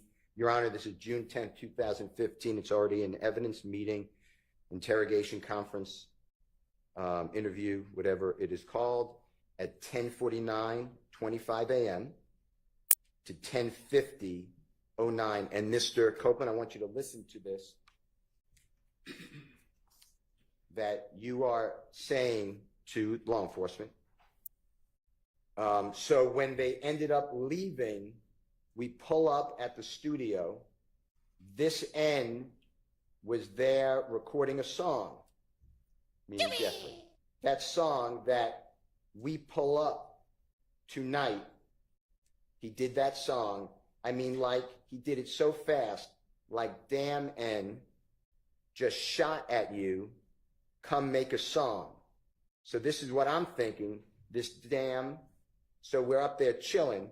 So everybody was up there at the studio. So Thug dialed 911. He had a bullet hole in his car. So he want to know who shot his car. You know what I mean? I want you to listen for this. If I said it wrong, you got to correct me, please. So when they leave, we put up at the studio. This nigga was number one song. That song that Lil we put up probably tonight, he did that song. I mean, like, he did it so fast, like, damn, nigga, this shot come make a song. So there's no thing. Damn. So we got that shit. So everybody got that studio got paid. So Doug like, yeah, we was in cup. So he's like, well, he gonna know who shot his cup. I mean, Did you hear that, Mr. Copeland? Mm-hmm. Did I say fairly what it says? Was I fair? That's what it sounds like. Okay. Did the police ever come to you after you reward them with this information and play for you or even tell you, hey, here's the 911 call made after the gambling house was shot up and a supposed bullet hit Jeffrey's car? Did that ever happen? No. Did the district attorney's office ever come to you and say, hey, we had the 911 call that Jeffrey Williams phoned in, like you told us, on June 10th, 2015. Did the district attorney's office ever play for you that 911 call? No. There was no 911 call. You were just trying to get out of the police, right? Sustained. Was there a 911 call to your knowledge that was ever shown to you to corroborate, to verify, to support that statement? No. Okay. You're aware, if you're not, just say I'm not, that 911 calls are maintained or held by the police? You know what I'm talking about? That they're saved. They can be retrieved. If I'm asking a bad question, just say. Yeah, they are. Okay. District Attorney's Office nor the police ever came to you with that 911 call? Did y'all?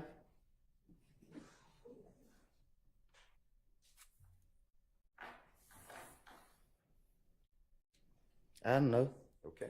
I don't I don't know. Okay.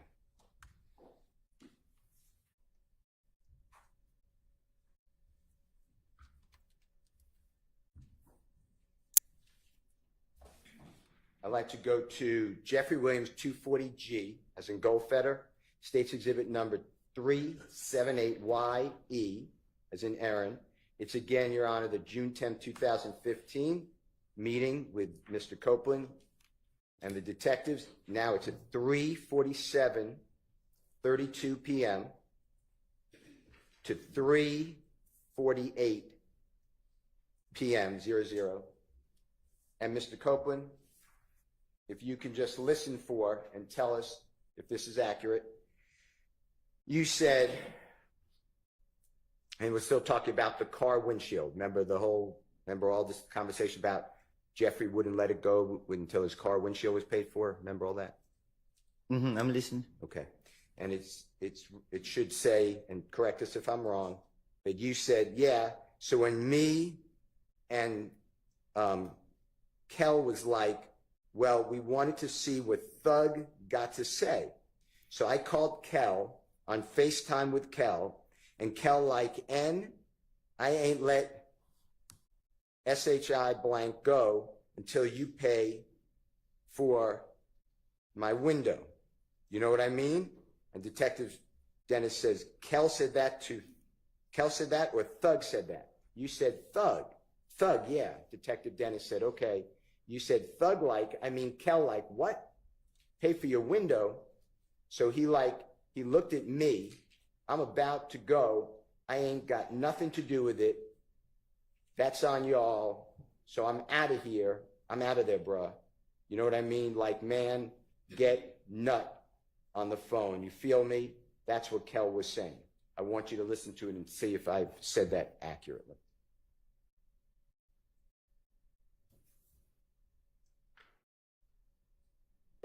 So when me and Kill seen Church Henry, Kill like, well, you gonna see what Thug got to say.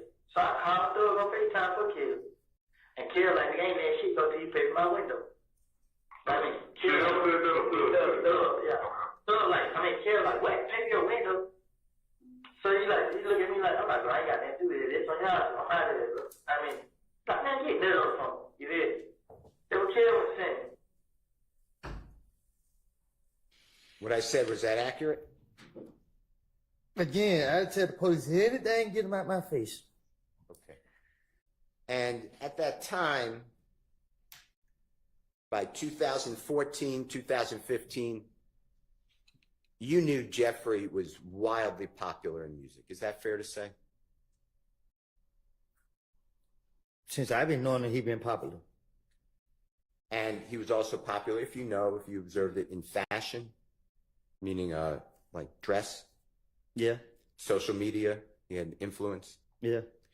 And he was owning several homes, to your knowledge. True? I don't know what he owned. Okay. How about cars? He had several cars. Yeah. And he would allow people to use those cars. He was free with that stuff, right?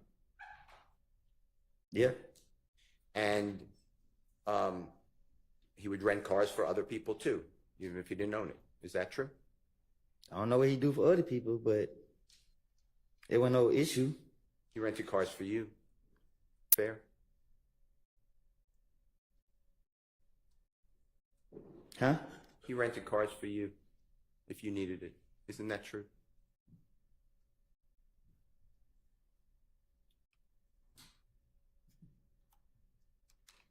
What you mean? You would drive at times a rental car with permission of Jeffrey Williams that he rented. It wasn't a big deal, right? I used to just go get the car. Yeah. Yeah. Okay. And it wasn't only you, it was anybody. He's generous, right? With his things. Sustained, you can rephrase. It's fine. All right. You also knew at that time, 2014, 2015, Jeffrey would fly on private planes. True? Yeah. And he would allow you at times, I don't know the number. You could tell the jurors to go on a private plane with him. Fair to say? Yeah.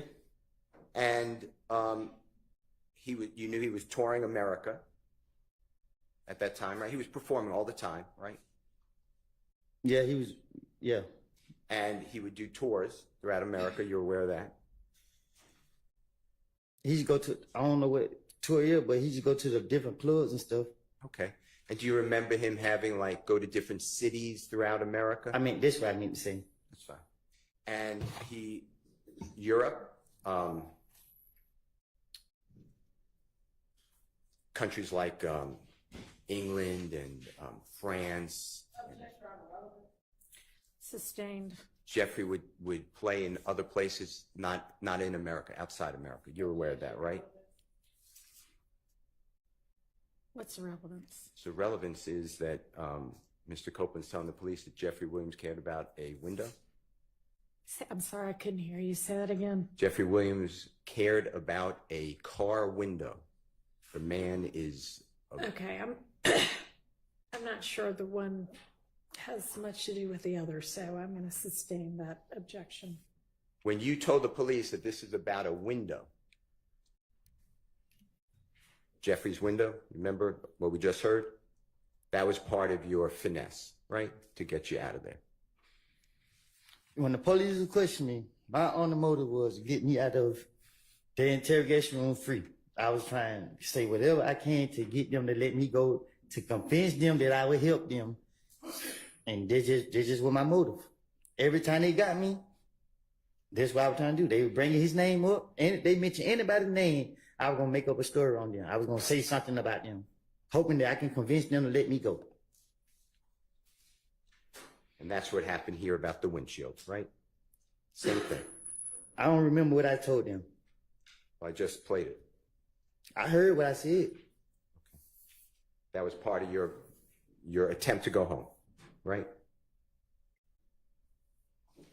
True? Not to be locked up. Right. Okay. Did anybody come to you from the police, the district attorney's office, and say, we corroborated, means support or verified, this car window story? Did they ever tell you that? After 2000, when I gave an interview and went to the feds, I haven't heard anything from the state, the police, or nothing until they kicked me in the street. Okay. They haven't told me about nothing. They haven't reached out to me or nothing. Okay. I'd like to go to the next issue that I'd like to discuss with you, Mr. Copeland. It's JW240H as in happy, State's Exhibit number 378YE as in Aaron. It's again the June 10, 2015 interrogation. It's at 10:42:23 a.m. through 10:42:32 a.m. And I'd like you to listen for and tell us if I am wrong where. This is outside of Club Crucial after you got into that fight on January 6th, 2015. Remember, with the lip and the eye and the knot on the head? Remember that? And when nothing went wrong with my lip, it was just my eye. Okay. And it was, the detective said to you, okay, we'll get back to see you 9. He's standing there with Bloody J. You said, so, but Thug pulling my shirt like, there goes Bloody J right there. You know what I mean? Thug and Nard were in the car leaving Crucial that night and firing at either Bloody J or Kel's people. Tell me if you hear that, okay? Okay, get back to it. You see 90 standing there with blood. I didn't get so, but Thug put him a shirt like, there go Bloody J right there, y'all mean? Yeah. So. You hear that? Yeah, I heard. Okay. Did law enforcement, do you remember Club Crucial back in 2014, 2015? You used to go there every Monday night, right? Right. Approximately every Monday night. And No, every Monday. okay. And do you remember ever observing or seeing that there were surveillance cameras inside and outside Club Crucial? You ever cameras? Okay. Did the police ever come to you and say, hey, we have the surveillance camera we want you to look at, or the district attorney's office, from January 6, 2015? Did everyone ever show you anything like that? I never heard nothing about no cameras. Okay. I'm going to play on the same issue, same time, dealing with outside of Club Crucial. This is going to be J.W. Jeffrey Williams 240I as an ice cream, states exhibit number 378YE. It's June 10, 2015, interrogation 10:43:20 a.m. to 10:44:18 a.m. And this is you, just make sure it's right. So when we pulled out, Thug and Nard got in the car together. So when they pulled out, we leave, but when we leaving, Thug and them pull on a side street. I see them pull on a side street. My pulled on the side. He like, what the hell y'all doing? He like, boy, we want to wait. He come out the club. I'm like, who? He's talking about Bloody J. What the hell? You know what I mean? I said, I hear the gun cocked back. Detective asked, what had a gun? You said, that N Nard. Detective said, You said, so I hear the gun cocked back. I'm like, what the F? So I tell them, all right. My brother was gonna have to turn around. Detective says, So you said, so when we go down and turn around and come back, I'm telling brother, SHI blank, just go left. And we just ride the back street all the way to the house. We just hear the SHI blank go boom, boom, boom. And we just see the car, Thug and them in chasing the other car in front of them. You know what I mean? Detective said, that is the same night you got jumped on at the club? You said, yeah, Thug and them chasing them. Because at first they thought they took money from them. Just listen to it, make sure I said that fairly accurately. We pulled out. So we pulled out, Thug and another guy come in. So they pulled out. We leave. But when we leave, I threw them from side street. So I see them from side street. My brother pulled on the side, like, what the hell y'all doing? Y'all going, we need to come out the club.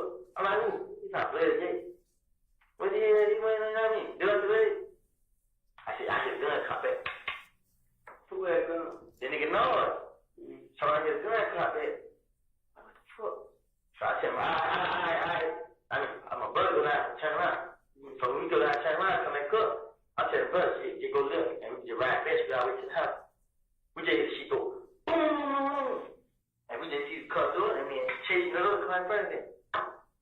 This is that night the same night you got jumped on the car. Yeah.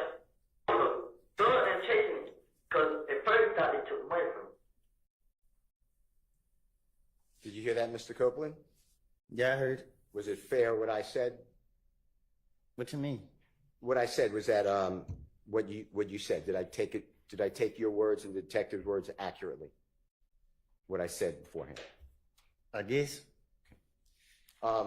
Did the police, local police, gang unit, federal authorities, district attorney's office, anybody ever come to you with any type of verification of what you said? Did they ever say to you, yeah, this happened or this didn't happen? Did they ever even talk to you about that?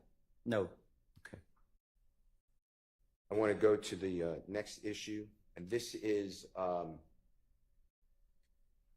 JW240J as in Jake. It states exhibit number 378YE. It's the June 10, 2015 interrogation, meeting, or interview. It's at 3:46:40 p.m. through 3:47:45. And here, Mr. Copeland, you are discussing with the detectives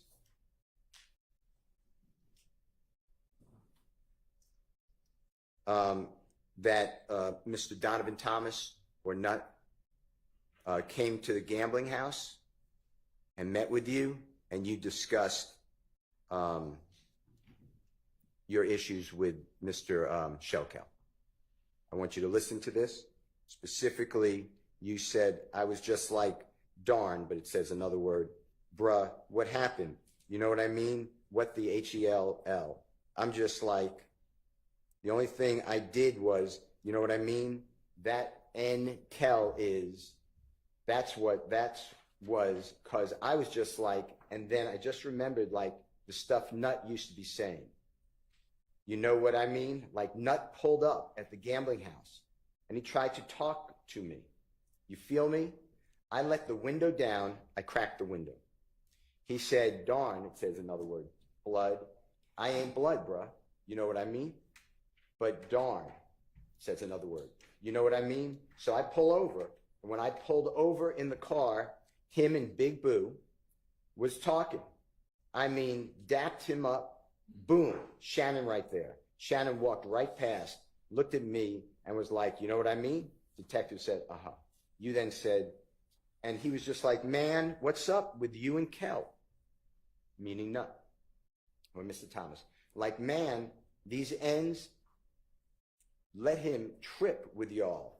I ain't got no problems with him. You know what I mean? So we was talking.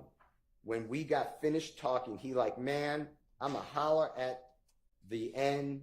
I'ma let y'all ends know what's up. You know what I mean? This and that. Detective said, that's what Nut said. You said, yeah.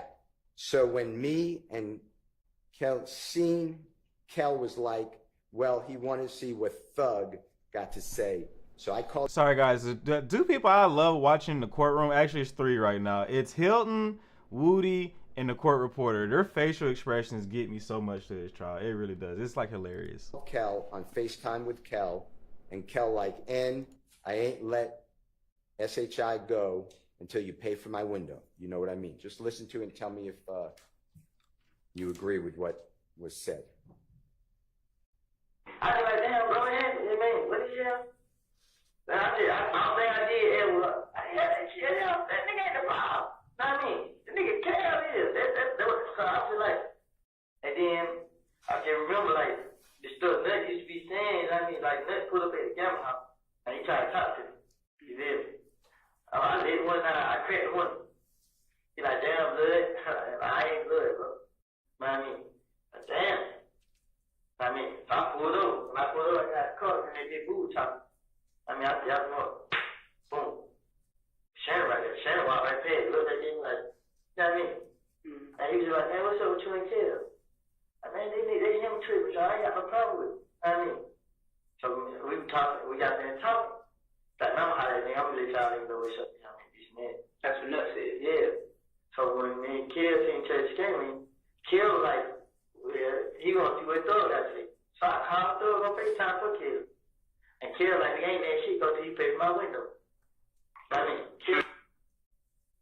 What I said, was that fairly accurate, what you were saying with the detectives? I never had no conversation with Ned outside the gambling house. Exactly. Police never came to you in any way to say, hey, we corroborated that or support or verified that, right? That never happened. I never had a conversation with him. I want to talk with you about Jeffrey Williams number 240K, as in Kitten, States Exhibit number 378YE. Your Honor, it's at 9:56:01 to 9:56:27 a.m. It's June 10, 2015 meeting. Mr. Copeland, I want you to listen for, and then, correct me if I'm wrong, that you said to the detectives on June 10, 2015, so I went and got the car. I pull up at the green store. I ain't seen them out there. So I was talking to Little Rick. Me and Little Rick talking. I called D. D said he was on Cleveland. So Rick asked, like, where you just go? Because I was going to the girl's house. He like, all right, boom. I get in the car, I ride. I pull up at McDonald's. When I pull up at the McDonald's, detective says, you went to McDonald's?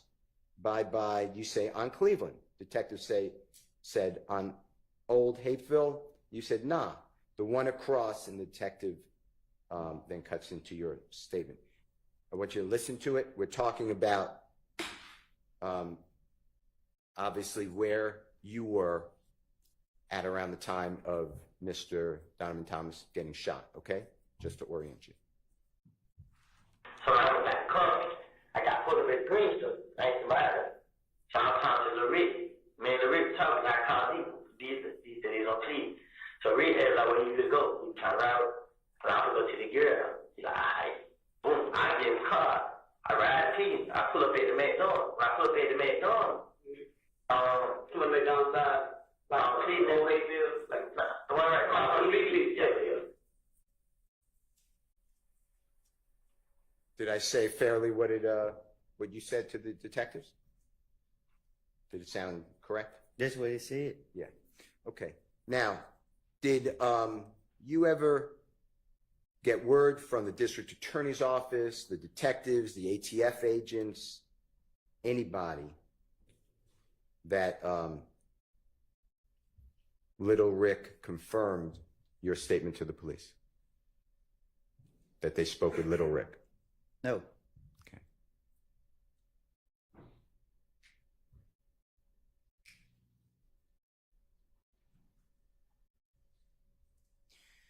Do you remember the McDonald's we're talking about on Cleveland Avenue? It's the one across the street from a coin-operated laundromat, and then across the street from a gas station, and next to an auto parts store. You know which one we're locking in on?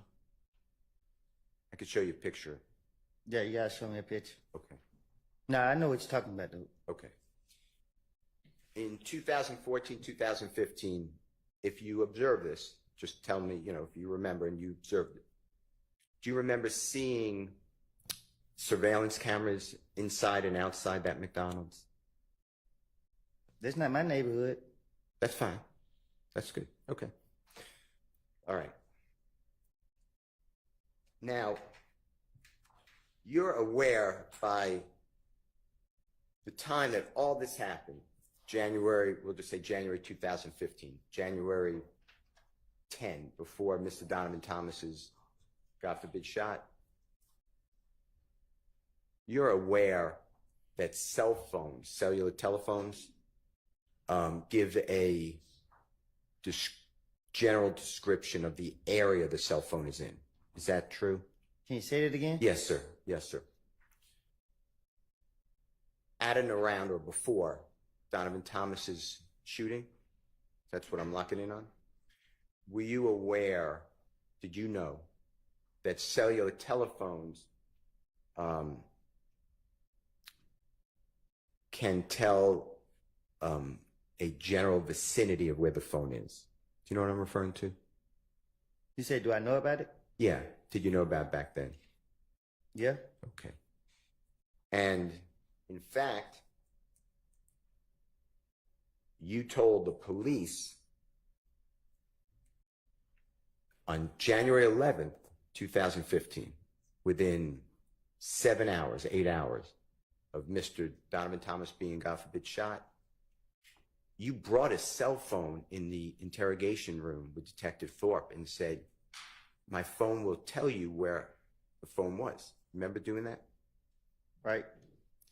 And that was you trying to tell the detective, don't look at me for the killing of Donovan Thomas. Fair to say? That's why you went there. Right.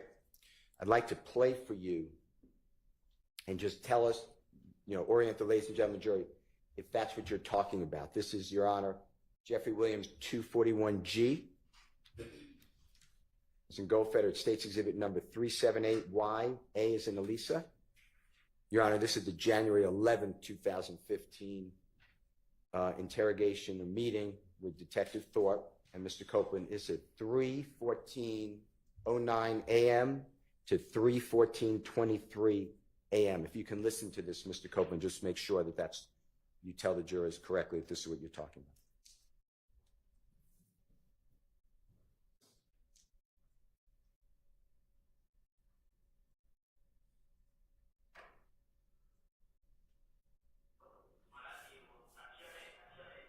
I can't hear it.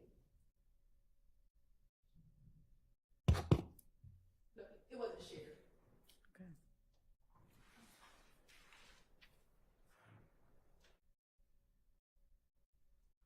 So what I did was I kept it. I still got missing my phone. I show you. I was asking everybody, like, should I go down there, bro? Cause I didn't do it. They come scan me, they do everything. I didn't do it. They check my phone record, my vote call me, they show you where I was, they show you every call that I talked first, they show you where I was now. Is that you, Mr. Copeland? If you heard it, saying, you know, you could check phone records, you can see where the phone was, where I was. Is that fair to say? Huh? Sorry. Were you talking about in the Jeffrey Williams Exhibit 241G, States Exhibit 378YA, from the times that I announced? Was that you showing the detective with your phone on the desk? Trying to show him I'm innocent? Yeah. Yeah. And that phone, you see the phone that's in the Honorable Judge Whitaker's courtroom on display? That's the phone you brought in. On the camera? Yes, sir. Yeah. And did Detective Thorpe ever take your phone?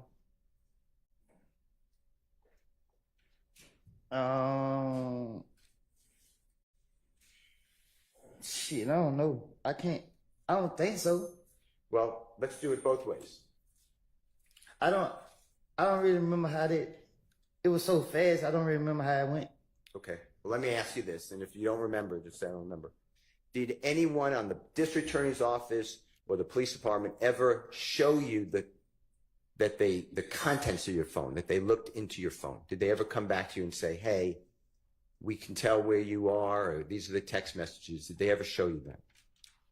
Miss Hilty told me that, I think in Glanville office, that something about my phone showed me somewhere else. I can't. She said something to me about it, like during this trial. But I don't recall exactly how she said it. Now, you had multiple phones, fair to say, on January 10th, 2015? What you mean? Multiple is a bad word. You had more than one phone on January, the day that Mr. Donovan Thomas was killed. You had more than one phone, right? Everybody got more than one phone. Okay. And including you, right? Yeah. We do? In fact, you told the jury on August 12th of 2024 that you had more than one phone. Oh, Woody made me feel broke because I don't got two phones. How many of y'all got two phones? I don't. And if you listen to this, just make sure that's what you're talking about, the night of Donovan Thomas's murder. JW 249, Your Honor, at 5:44:48 to 5:45:16 from the Fox 5 stream of this trial.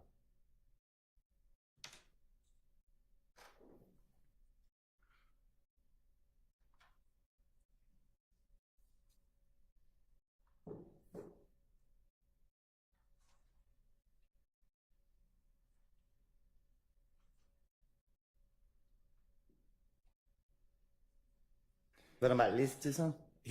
I think he's having a little issue. I'm sorry? Y'all rich asses in here with two phones, man. What y'all need two phones for? I hope y'all got a business and a work phone, or your personal phone and your work phone. Because why in the hell? Break anyway. Let's have a short recess while they get that queued up. It's about time for a restroom break. Oh, restroom. Let me finish this post, guys. We on a restroom break. So you don't gotta give everyone your number. Yeah, that's crazy. I use a Google Voice number if I don't want somebody to really have my number, but I'm not finna buy two phones with two phone bills. Both my bills together, $200. Man, I see you, Dre. The hell? Both your bills together. You got two phones too, Dre? Are you talking about your wife phone and your phone? Yeah, thanks. Bills not high. Boy, I know y'all goddamn lie. However long it If takes you financing to that get phone clinicians. bill probably like a good 120, 130. Man, that's, hey, I need a loan, man. Give me a loan. Since y'all got 2 phones, y'all out here living. I'm poor. I am broke. I am homeless. I am doing this on the side of the road right now. The AT&T bill 100, my Cricket bill 100. Man, that's still a lot of money for a phone bill. 2 phones. Back it up 1 minute and let's see Love yell at Hilton. Hold on, where that happened at? Which I? Oh Lord, Lord, that is a.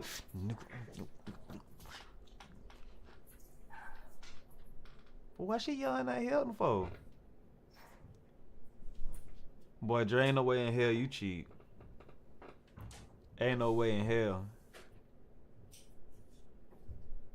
I mean, yeah, if the phone paid off, maybe it's not that bad. But man, boy, if I had 2 phones, it's gonna be a Metro in a Cricket. But he done said the Cricket was $100. I thought Cricket was cheap.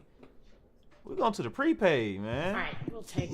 What's it how called? A long Go it phone? takes the jury to get back 10-ish minutes. Yeah, I give me a little Go phone.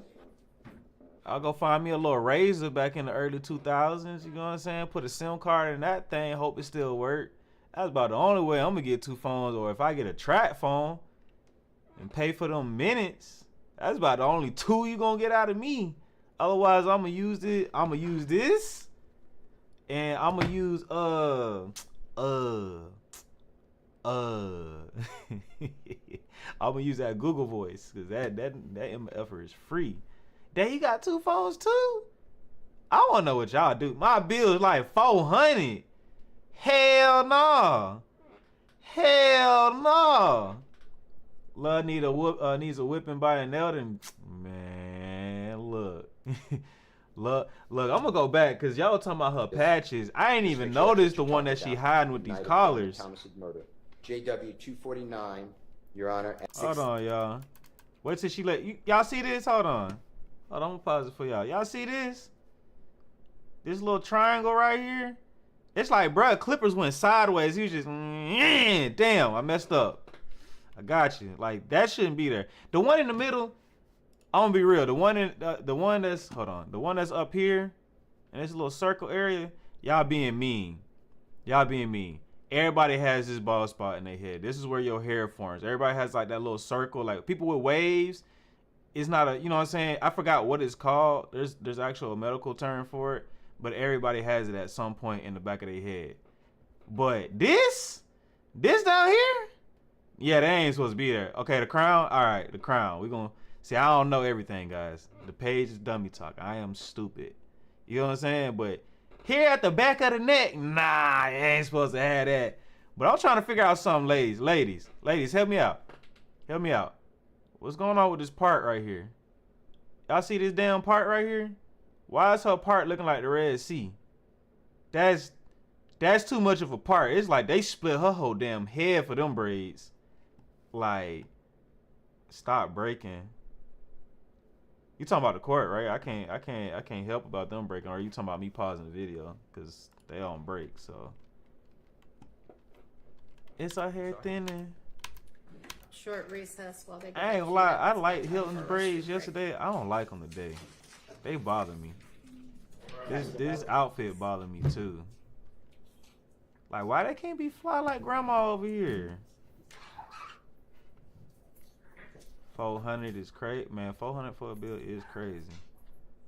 Cricket bill 50 for 1 phone. Oh, okay. See, yeah, I'm okay with that. She look like Pepto. Nah, this Negro over here with this pink shirt on. This pink wrinkly ass shirt too. Like, boy, you couldn't put a towel on around this? Bring that thing to your neck, boy. You in the courtroom. That's what I told y'all. Men in courtrooms should not be in there without a suit on. All right, we'll take however long it takes. It pisses me off. Maybe I'm just old school, but it aggravates the skin under my whoop-de-whoop. Like, oh, he AV. Okay. If he AV, then it don't matter. He don't need to be in the full suit. Okay, my bad. I'm being mean. Oh, you see Hilton pissed. Man, Hilton been pissed. Hilton been having Negro lips all morning. If y'all don't know what Negro lips is, it's when we stick our lips out because we pouting. Because our lips so big that if we, like, if Caucasian people stick their lips out, you're not really going to get all that extraness where it just looks like a butt. With our lips, when we be upset, we get butt lips. Like, they just, y'all know what I'm talking about. Pout face. Your kids do it. If you got kids, you know exactly what I'm talking about. They stick them lips out. You like, man, you put them damn lips in before I smack them back in. My bad. Y'all might not do y'all kids like that. We got done like that.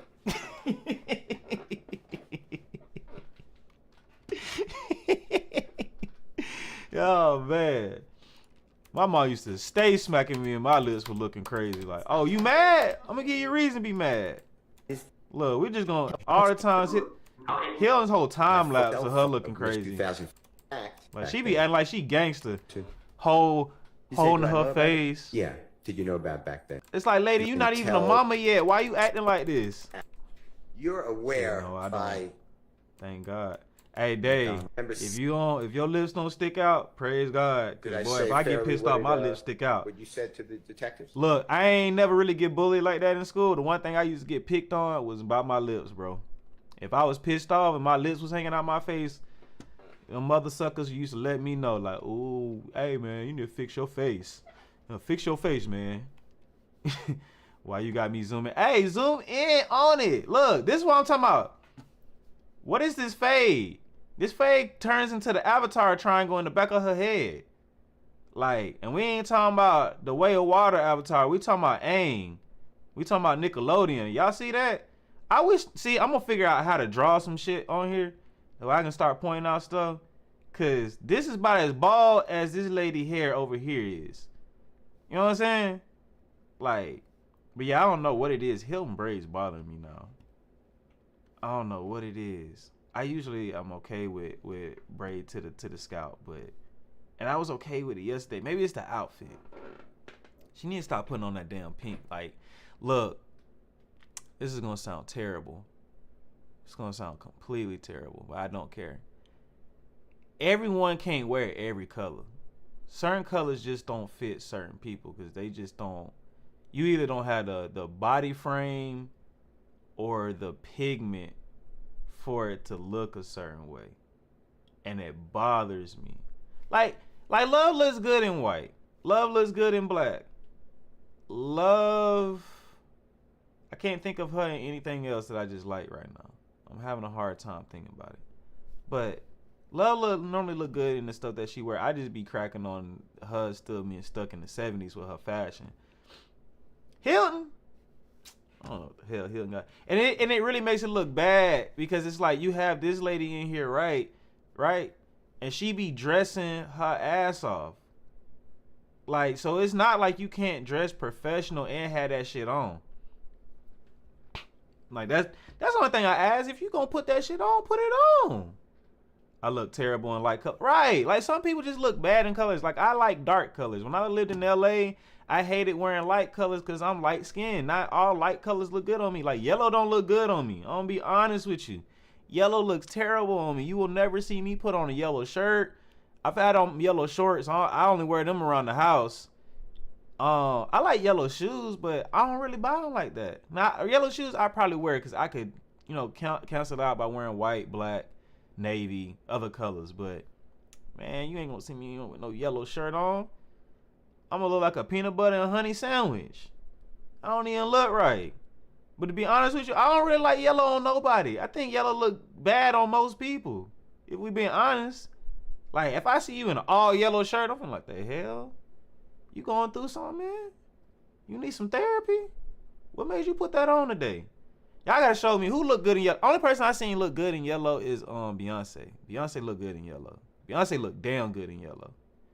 Me personally, I think it's just them in general. They could wear something fly, but because they have bad character, I can't give them a Look, they not had that shit on a couple times. Miss Hilton had that shit on yesterday. I can wear any color. I'm him though. All right, man. You look good in red, my boy. Look, Dre, if I'm being honest with you, white not your color. You might think you look good in white, but white not your color. If I'm gonna actually critique you, I hate seeing you in white, bro. You look good in red. You look good in black. You look good in You don't look good in blue either. And that might just be because I personally know you, but you don't look good in blue either. Body type definitely plays a big role with fashion. Right. Like when I see big people on with small shirts, I'm like, or no, I'm gonna tell y'all remember the skinny jean era, right? When mother suckers used to have on skinny jeans and they was athletes. Like, it didn't matter if you was in shape or out of shape, bro. If you was over 250 pounds, you ain't need no damn skinny jeans. I'm 200. Even when I weighed 170, or in high school I weighed 225. I've never liked skinny jeans because I gotta stomp out of them. If you don't know what stomp out of something means, like, I ain't trying to really show y'all what that means, but like when you put on something so tight to where you could pull it down off of your shins and ankles and everything, but it's just easy like to pull it halfway down to your knees and then just keep kicking until you get out of it. Y'all know what I'm talking about? Like, that's why I tried on a pair of skinny jeans for school shopping one year. I was like, nah, I'm too big for this. Like, I got white boy legs. Like, hold on. I got white boy legs. You feel me? These calves is huge, y'all. Y'all see these calves? Yeah, these calves is huge. My thighs just as big. They used to say I got white boy legs, and when I was younger.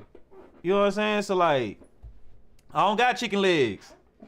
Chicken legs for nah. If you got chicken legs, yeah, you can do skinny. You can do skinny jeans all day, every day. It look good on you, but nah. Like, I wear slim fit. That's about the smallest you gonna get, and I still gotta stomp out of them things, and I be hating it. Like, I don't like nothing around my crotch. I don't like none of that. I like to be able to breathe. Young Dro wore that shit, man. Let him do him. I can wear let me see, body type, blah, blah, blah. Hilton looking like Cleo. Which one? Miss Cleo? Color skinny jeans. No, God, please don't bring that back. Bulky body with skinny jeans. Man, looking like a look, I ain't even trying to crack on. Hammer favorite color is yellow. Hammer don't look good in yellow at all. I know he gonna want to crack on me for saying that. I like Hammer in red too. Both y'all boys look good in red. Like, you know what I'm saying? Just confidently, that's what I'm saying. That's boy, white is my color. You think white your color? I be looking at you like, boy, if you don't take that shit off, man, go put on some black. Go put on some blue. I tell you, bro, you the one person I know that can wear some red pants and still make them look good. But white, nah, man. Nah, I'm just being honest with you. That's my opinion, though. That's my opinion. I'm not a woman, so I ain't the one that's got to be attracted to you. I'm just saying from an outside looking in. There's certain colors I feel like you go crazy. Like, you go crazy anytime I see you with red. The only color I don't F with is brown, man. I don't think any. Who wears brown? Are they back in session? No, they not. We waiting on them to come back. I don't know nobody that look good in brown except for your 2K player. When they make you put on that brown t-shirt because you shit. They basically trying to tell you shit. Miss Patches. Who's Miss Patches? Y'all finna make me go look them up now. Who Miss Patches? You gotta give me a real name. I don't know who Miss Patches is. I'm finna put on some white just cause you capping. Hey, man. Me in a sundress. Look, everybody looks good in a sundress. That don't count. That don't count. An ugly mother sucker looks good in a sundress. Unless it just ain't doing what it's supposed to be doing, if you know what I'm talking about. Thug had chicken legs. Man, he still got chicken legs. Thug look good in skinnies though. Like, that fits him. He a fashion person. I'm a big, well, I'm not a big boy because I'm not sloppy, but like, my legs just big, so I can't do it. But who is Miss Patches? I'm just gonna look up the name Miss Patches. Like, who is you talking about? Man, we got Microsoft. You talking about Miss Patches Microsoft? I don't see none about no Miss Patches. I don't laugh my ass off. That's why I don't wear dress. Stop capping. I don't even believe you. Ah, Gabrielle out here capping, talking about, man, alright. Alright. I ain't met a woman that look bad in a dress. Y'all gotta show me somebody who look bad. Matter of fact, Monique, in a dress. We finna just look for every celebrity in the dress. What's Monique's last name? I'm just gonna put Nikki Parker. Good morning, good morning.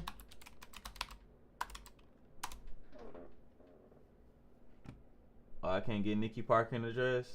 See, even Monique look good in the dress. Y'all playing. Monique bad in that dress, man. Let me think. And we talking about these are what would be considered plus size women, and they still look good in them. Let's go look at Lizzo. And I'm not trying to be mean. I'm just saying, like, it doesn't matter your frame or your size. The dress just looks. And maybe it's just my opinion as a man, but a dress just looks good. Like, I love dresses, tight, loose. Don't matter. That shit's sexy to me. Like, man, look at Lizzo. I'm not even attracted to Lizzo, but she looked damn good in that dress. Oh, Miss Patches is Miss Love.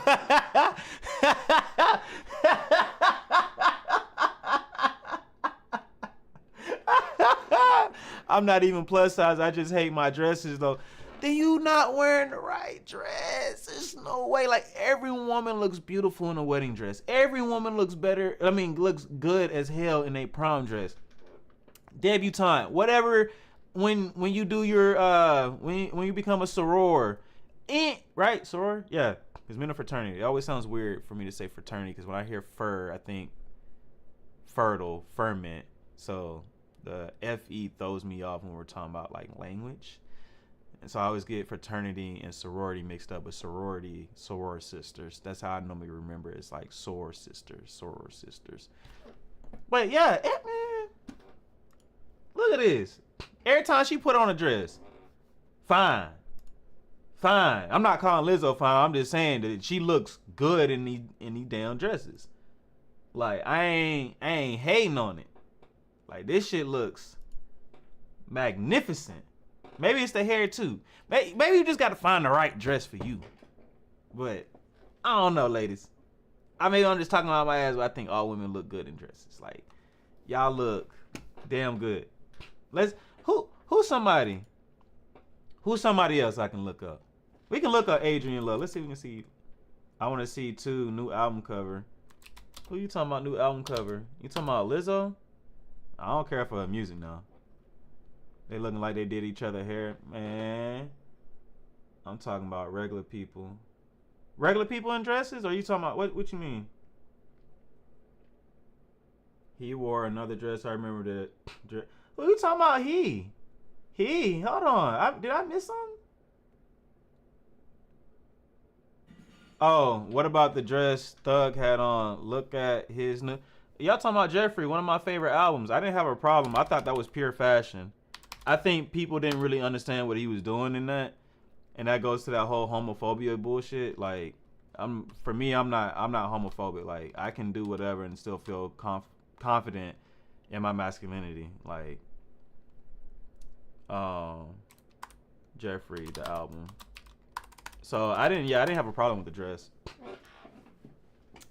I don't have a problem with homosexuality. Dre, I've never bullied anybody or said anything. I cannot and will not and have no interest in having a relationship with another man in any shape, form, or fashion. And it does make me throw up in my mouth to even think of something like that. But if it's beautiful to you, that's cool. You may throw up in your mouth because you do like men or the opposite sex, or the same sex, and think it's disgusting to kiss someone of the opposite sex. Like, we all have our preferences. But I definitely like Thug, and like, this was hard to me. I'm sorry. Like this, and I'm gonna be honest with you. The reason why I thought the Jeffrey album cover was so damn hard is because of the hat. The hat was like, oh, this boy on some Mortal Kombat type timing right now. It was so hard to me. Like, literally every song on there, word for word, I can rap out. There's no other album I can do that with, other than I can do it with Drake's Take Care, classic. But I still put this album over anything Drake has put out. My opinion. Like, Thug is, other than Wayne, Thug is my favorite rapper. But because Wayne just ain't doing that no more, like, Thug has been my favorite rapper. Like, He he low key took the love I had from Wayne away. Like I still F with Wayne. I still think Wayne is a better rapper than Thug, but Thug's versatility, like Thug could do country, Thug could do rock, and I would actually support it. Whereas when Wayne did it, it's like, nah, buddy, stay in your lane. I don't want to hear that from you. That blue dress was fine. I'm telling you. Oh, he know he could. I'm telling you. I've seen a lot of ugly people in dresses. Yo, ugly. You gotta show me what would we consider an ugly person to dress, and then I can tell you if they didn't put that shit on. Cause I'm gonna be honest with you, I ain't gonna get on it being cap now. But I legit. Now see, Jaden tripping. Jaden Smith was just tripping. I don't support that. That shit ugly. He did not put that shit on. But Thug put that shit on, man. Stop playing. He put that shit on, man. That boy. I ain't saying I would wear it, but it's hard. Like, this look like some Japanese shit. Maybe because I like Imperial Japan, and that's what it reminds me of. Like, I think it's Imperial Japan. I think. It's either that or there's another one that starts with F. I absolutely love this. Ladies, y'all tell me if this was styled for you, you wouldn't wear it? Like, there's some shit that, now you wouldn't wear it to like a regular dinner. We wear this to some rich people stuff. Like, good morning. Good morning, Sarah. Good morning. This is actually a good album. Guwap, Wyclef, Reread. Look, and them are my least favorite songs. My Harambe, Future Swag, what was that? Wet. Right, it was flawless. I'm mad that he ain't sell as many units as he should have sold first week. Cause this album, to me, find me one better. The only projects that I'll put up there with this, they're not albums, they're mixtapes. So Slime Season 1 and 2, I'm sorry, there's nothing in Thug's catalog at all that even comes close. The trial is on, it's just, we're on break right now. So Courtroom's up. When they start talking, I'll be back. You said Riri, your least favorite. Is my least favorite song on Jeffrey. Like, that's my opinion. I'm not saying the song sucks. It's just the only song that I skip on there. Let's go to the actual song list. The only reason I'm not talking about anything about the recap, guys, there hasn't been anything of substance. I'm from El Dorado, Arkansas. That's where I was born at. And spent majority of life might be majority of my life. Yeah, I spent in Arkansas. I spent 4 years in LA, and then I spent 10 years in Orlando.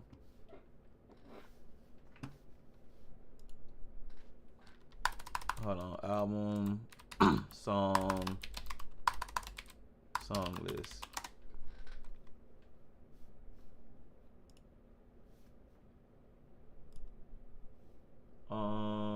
Oh, I like the Floyd. I think he had a song called Floyd Mayweather too, right? Yeah, this is doing too much. I just want the damn title list. See, look at this. This hard. Stop playing with that man, Jeff, man. Now I just seen another one where he was smiling on that.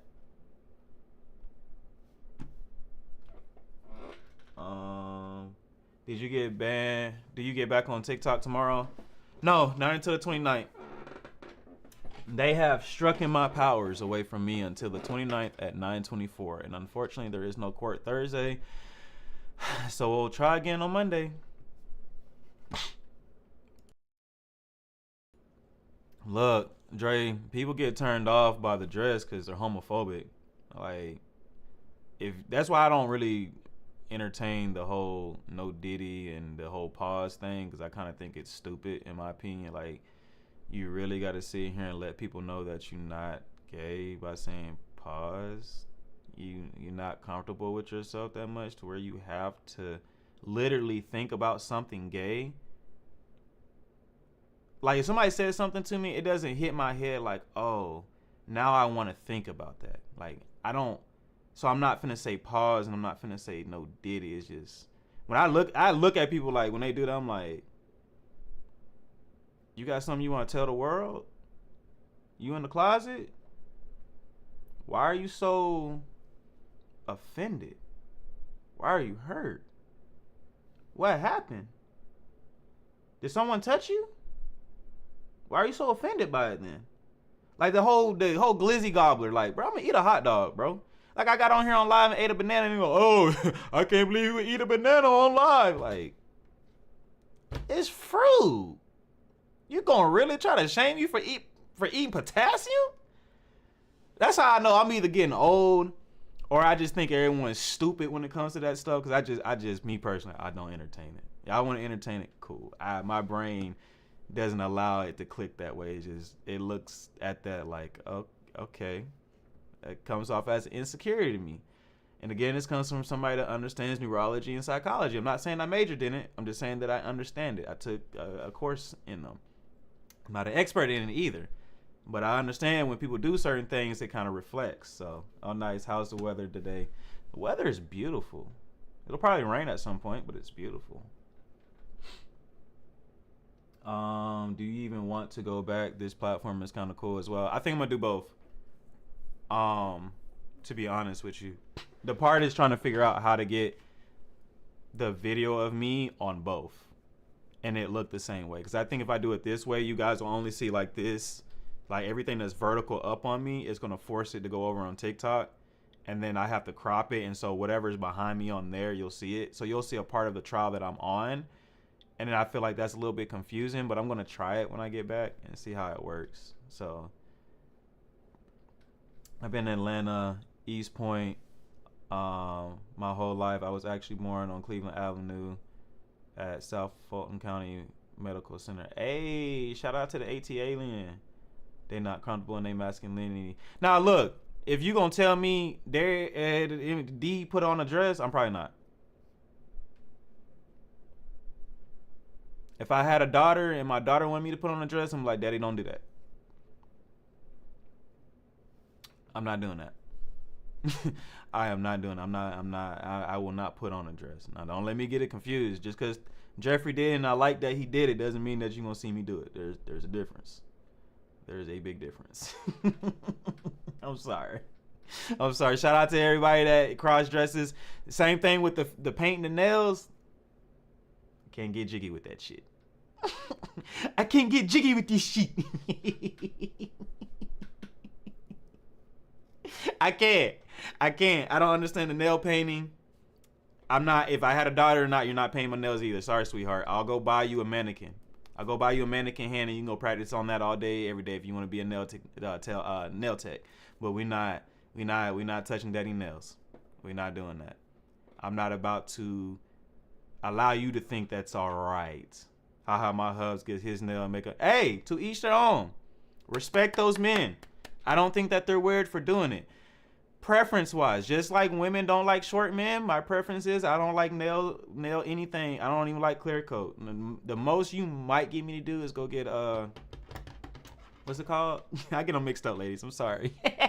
I feel like it's pedicure, but I want to say manicure. Because I always get them mixed up between hands and feet. That's how often I don't know. I have workers' hands. Like, I'm not the most. Now I do keep my nails clean. Manicure is for hands. Okay. They coming back slowly. All right, let's jump over. But yeah, like, nah, it clear polish? No, not even clear polish. I don't like my hands being shiny. Like, how they're dull and they don't cause a lot of attention. I'm good. Gucci on that. All right, I'm shutting up.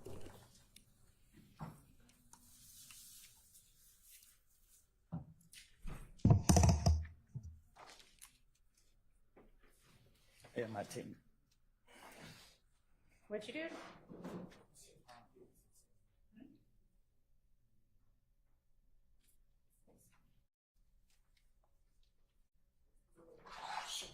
All right, for the jury.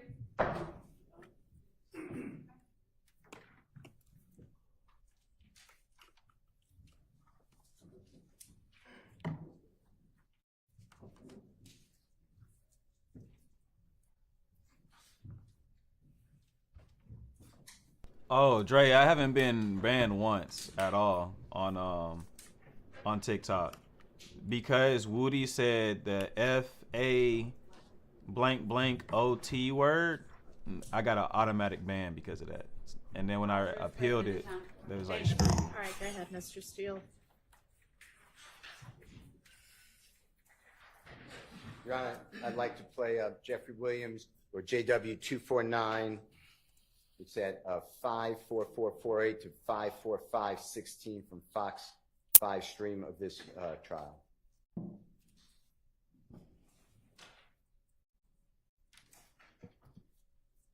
Did you provide us your phone number so we can get your phone records, Mr. Courtroom? Which phone?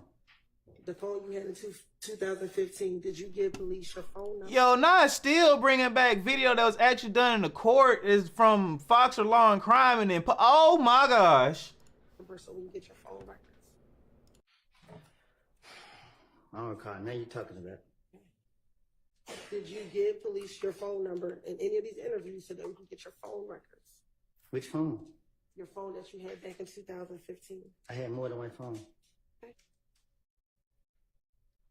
That audible? Mr. Copeland, that's you testifying before this jury, August 12, 2024, where you explained that you had multiple phones on January 10, 2015. Does that sound right? That's what it said. Okay.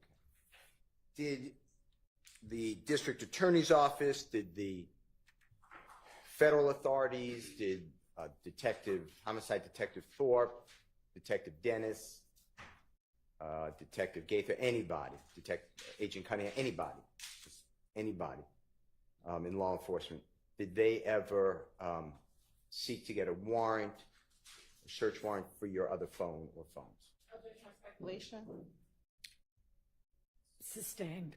Did you ever get served with a search warrant, a warrant, or even asked to give the police your other phones or the district attorney's office?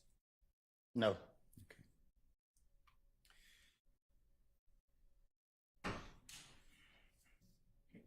I'm going to show you and play for you, with the court's permission, Jeffrey Williams or JW 244D, as in David, State's Exhibit number 378, YB as in Barry. Your Honor, that's the January 28, 2015 meeting or interrogation. It's at 7:12:03 p.m. to 7:12:43 p.m. And this discusses, Mr. Copeland, just make sure I'm right, that you and your brother made a false report of who's driving a vehicle because you had a suspended license. If you can listen to that, make sure that's what that's about.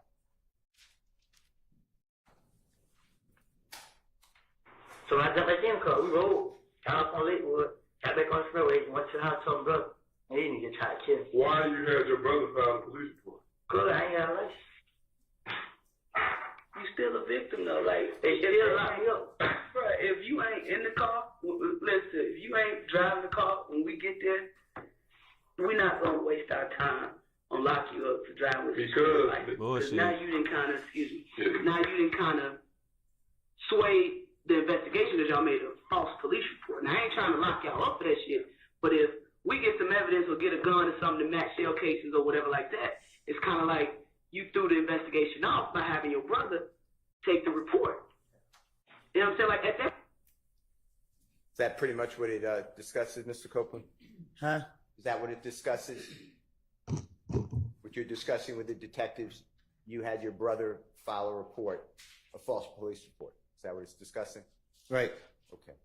And you understood on January 10, 2015, that the cell phone that you told the police about would show an approximate location, right?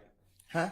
The cell phone that you had on that desk in front of Detective Thorpe that you told the police about, that would show an approximate location of where the cell phone was, right? I don't know. I don't get what you're saying. Okay, it's me. I apologize. When you were with Detective Thorpe on January 11th, 2015, about 7-8 hours after Mr. Thomas was shot, okay? And you brought with that phone, you brought that phone with you?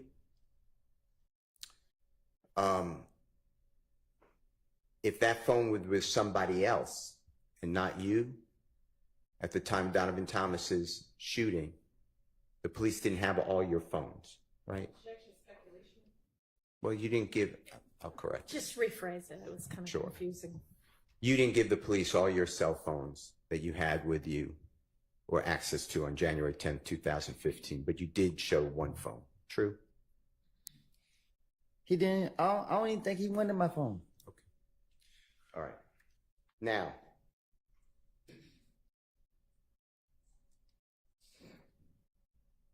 did the police ever come to you? When I say police, I'm including. Hey guys, it's been pointed in my attention. I usually don't do this, but is Hilton potentially pregnant? I want y'all just to pay attention to it next time. I don't believe it, but ladies, you know a little bit more than I do.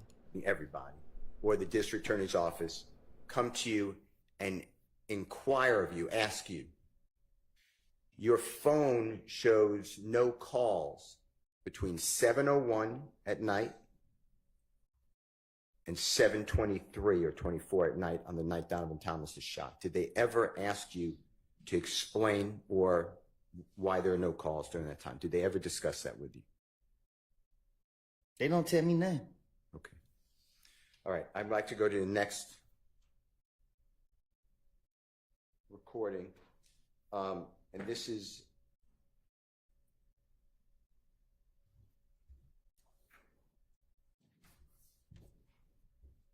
Jeffrey Williams 24 or JW 240L, as in laughter, states exhibit number 378YE, as in Aaron. Your Honor, this is June 10th, 2015. And Mr. Copeland, June 10th, 2015 interrogation meeting. It's at 9:55:46 a.m. to 9:56:01 a.m. And it is you, I believe, and you make sure, saying that you called Jeffrey Williams from the green store, and it's something like this.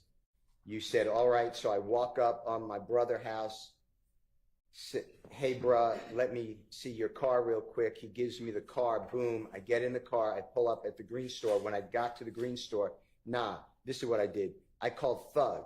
I ain't called D right then and there. Detective says, and you say, I called Thug. He ain't answer. I'd like you to listen, make sure that that's correct, okay? Alright, so I'm on my brother's house. I run to the car right quick and give me the car. I get the car, pull up at the green store. When I got to the green store, nah, they were like, I called Thug. I ain't called you right there. I called Thug. He ain't answer. Mr. Copeland, did the police or the district attorney's office ever come to you and ask you on your phone records whether it supported or did not support that you called Jeffrey Williams from around the green store on or around the time Donovan Thomas was shot? I don't know what you. I don't. Ask me again. Yes, sir. Did the police or the district attorney's office ever come to you and ask you to explain your cell records, your cell phone records, and ask you about this comment that you called Jeffrey from around the green store at around the time of Donovan Thomas's killing? Did they ever do that with you? Can you ask me short so I can catch it? It's too long for me. No, it's my bad. It's my fault. I apologize. Did the police ever share with you, or the district attorney's office, go over with you your cell phone records that they may have? Did they ever do that? No. Okay.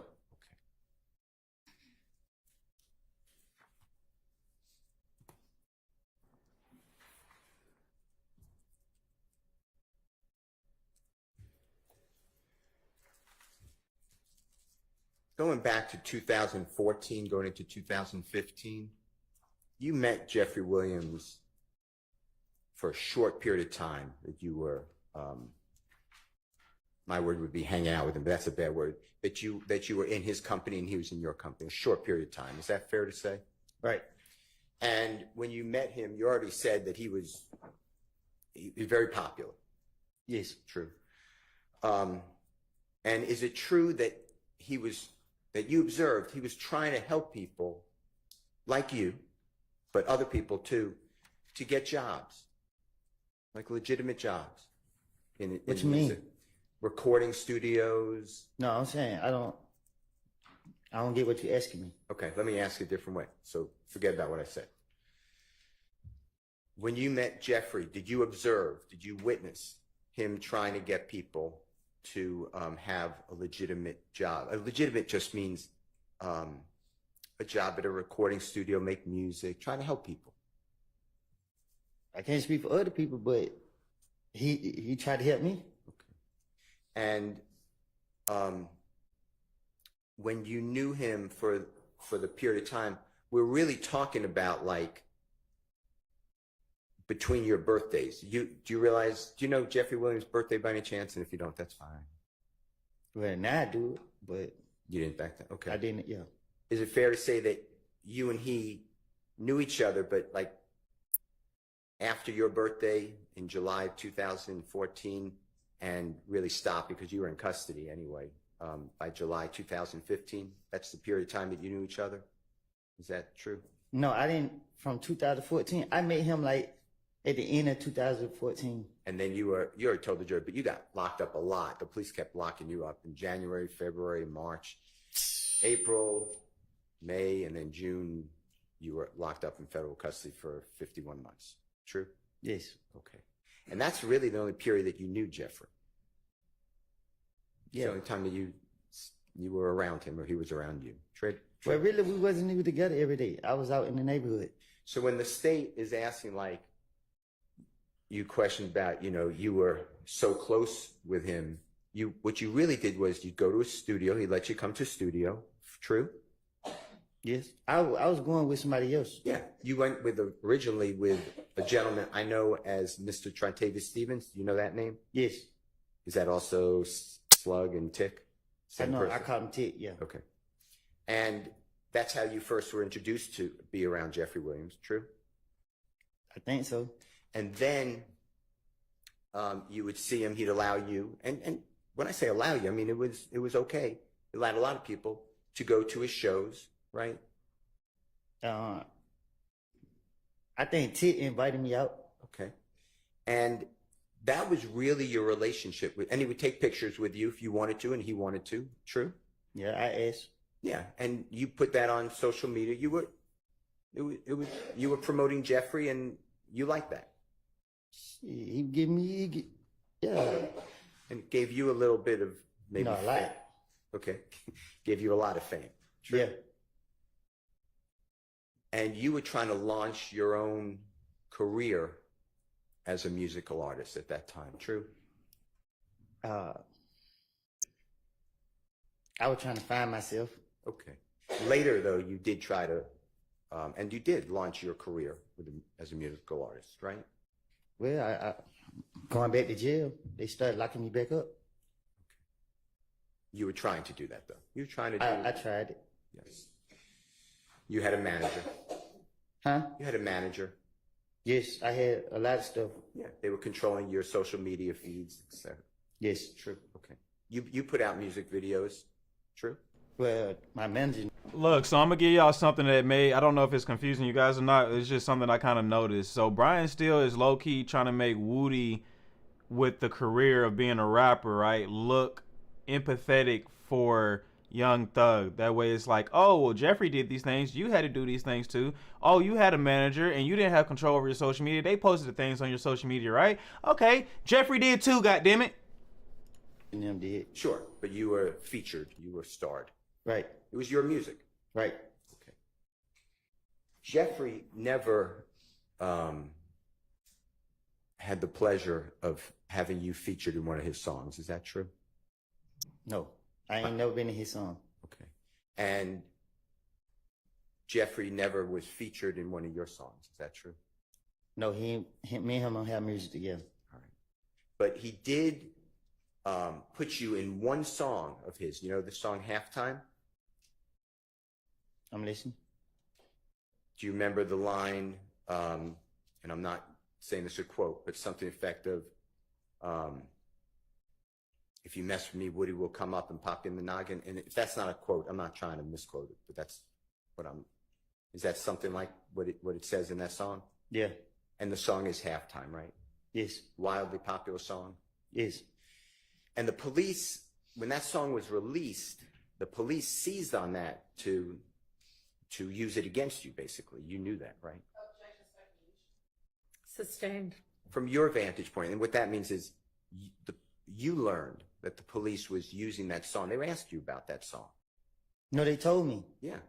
One of them told me that I think I had got out, shit. I got out one of the jails and they got me the next day. And they were like, yeah, man, now you at the top of our radar. It was something like, and he pissed me off when he said it. He being the detective. No, it wasn't no detective, it was the police. Okay. The police officer upset you when they I think it was Dennis that said it. It was one of them that said it to me. Okay. Now, that's the only time you're mentioned in one of Jeffrey's songs. Is that true? What you mean? There's not another song that Jeffrey, to your knowledge, mentions you. Yes. Okay. And Halftime, you know this, was made in 2000. It wasn't released till 2015, but it was made in 2014. Is that true? Yes. Okay. It's an old song.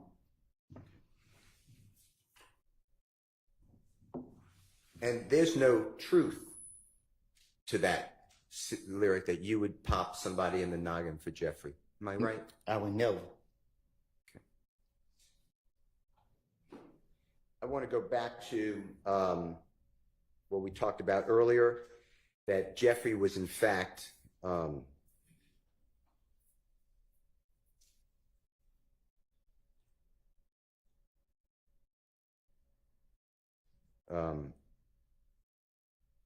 this is, by the way, Your Honor, this is J.W. Jeffrey Williams 241B, as in Barry States Exhibit 378Y, A as in Elisa. It's at 3:16:50 a.m. to 3:16:56 a.m. And this is January 28th, 2015 meeting or interview or interrogation with the police. Okay, Mr. Copeland? I'd like you to listen to this about things were good with Jeffrey. If you could just listen to this. Defense counsel January 20th. I think this is the January 11th interview. Jay, great point. You are, and thank you very much. I apologize, Your Honor. It's Mr. Copeland. It's January 11th, 2015, with Detective Thorpe. Same time. They like, I was cool with him at first. When Thorpe blowed up, Thorpe started letting me hang and put me out on his songs and videos. You were telling Detective Thorpe that Jeffrey was cool with Mr. Thomas, right? I guess. And that's the truth, though, right? I don't know.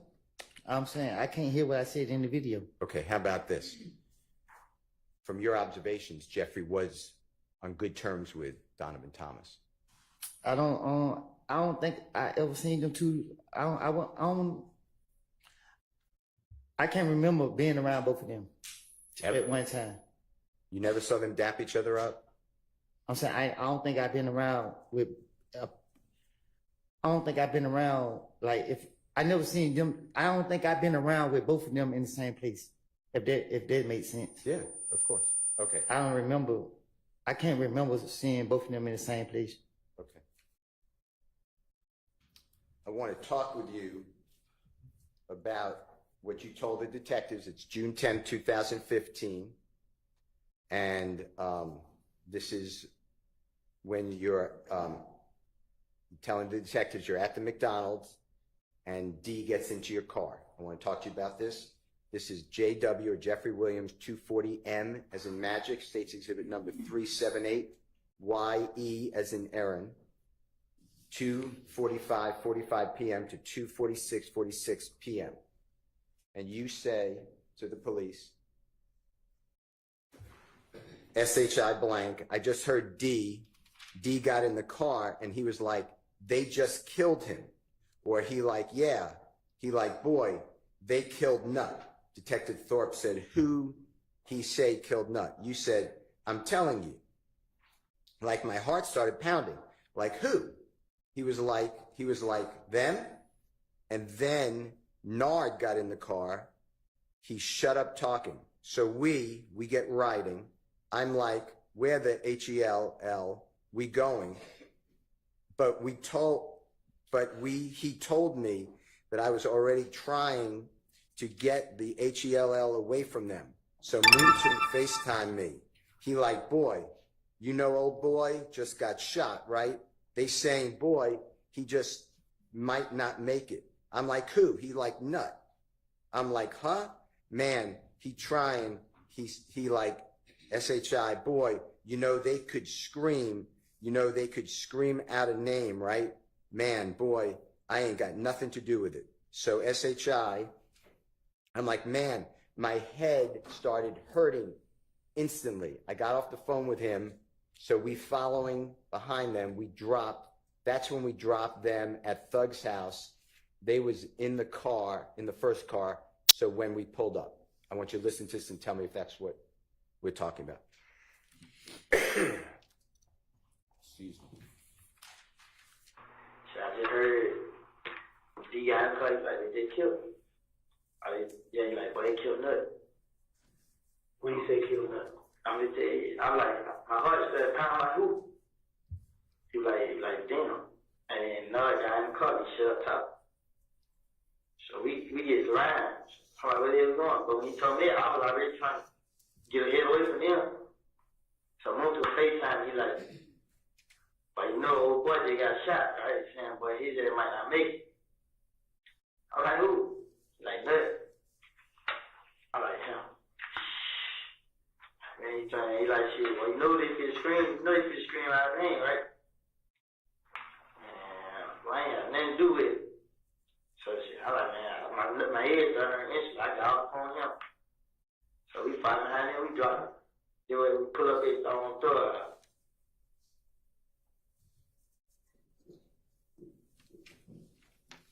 Mr. Copeland, did the district attorney's office or anybody in law enforcement, an agent with the FBI who's a cell phone expert or any of the police, did they ever go over with you where your cell phone that you told them about was traveling from the McDonald's area towards Jeffrey's home on January 10th, 2015? Did they ever ask you about that to explain it? No.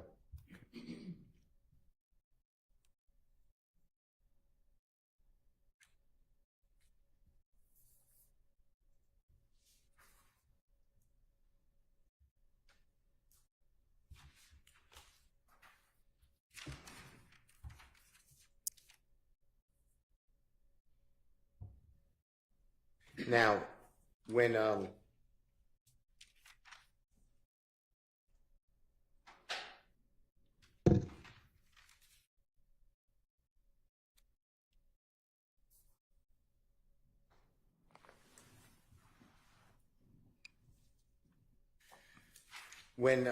you were trying to, or you put out some of your music, I want to talk to you about that if I can, okay?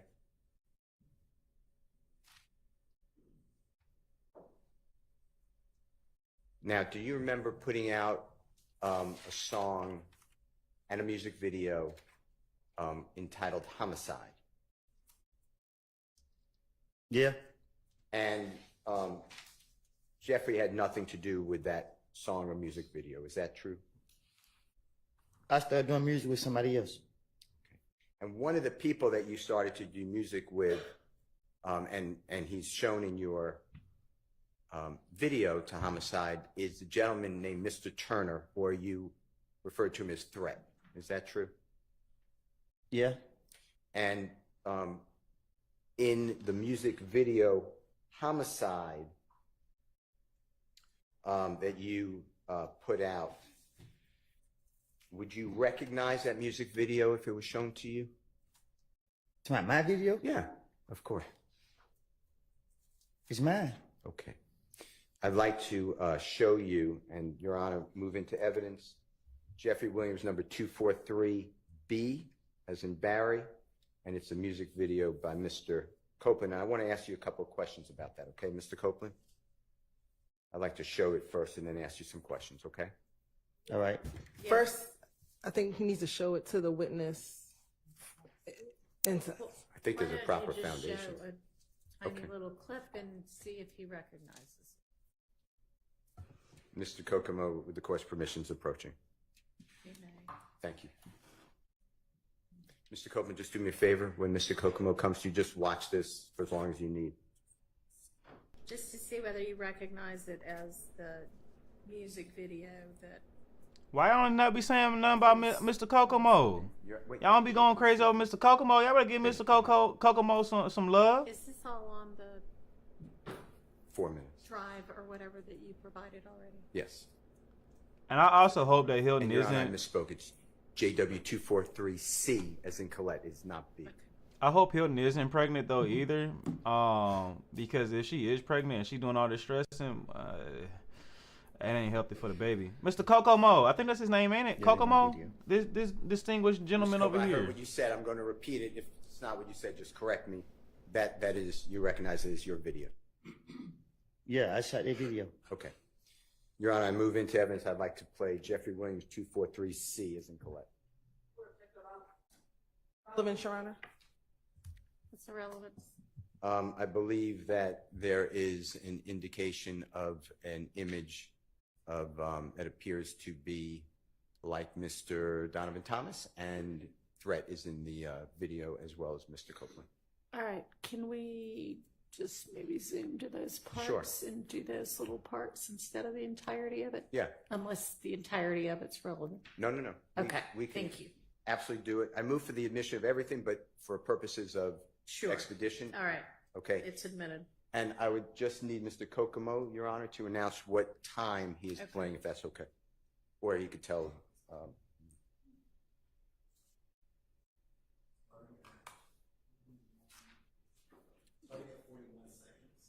Your Honor, Mr. Kokomo said starting at 41 seconds. May I just look and see what he's playing? Sure. All right, we're slightly behind, so I'm just going to skip forward, guys. Okay, we're live in the courtroom, but still waiting on Still to get back. Yeah, man, y'all was going crazy over Buddy 2 weeks ago. I think, I don't want to say Indigo was. I know Picasso definitely. What was Picasso going crazy? I don't know if it was her. There was a couple of y'all going crazy for the man in the back that was, I don't know his name. I think it's either Lil D or Quay. I said Huey is Quay too, but I think there's two Quays in the courtroom. But the dude with the dreads that's represented by, I think it's Nichols. Last name Nichols. I thought his name was Gardner. The one with the dreads is Gardner? That's Gardner? Gardner's in the courtroom?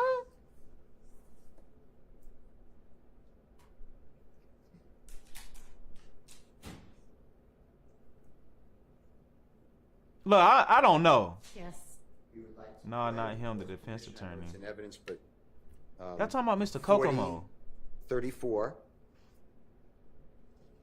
through 4050 first, and then it's going to be stopped, and then 356:02 to the end. Okay. Go ahead. Right, it's Nichols, but what's his street name?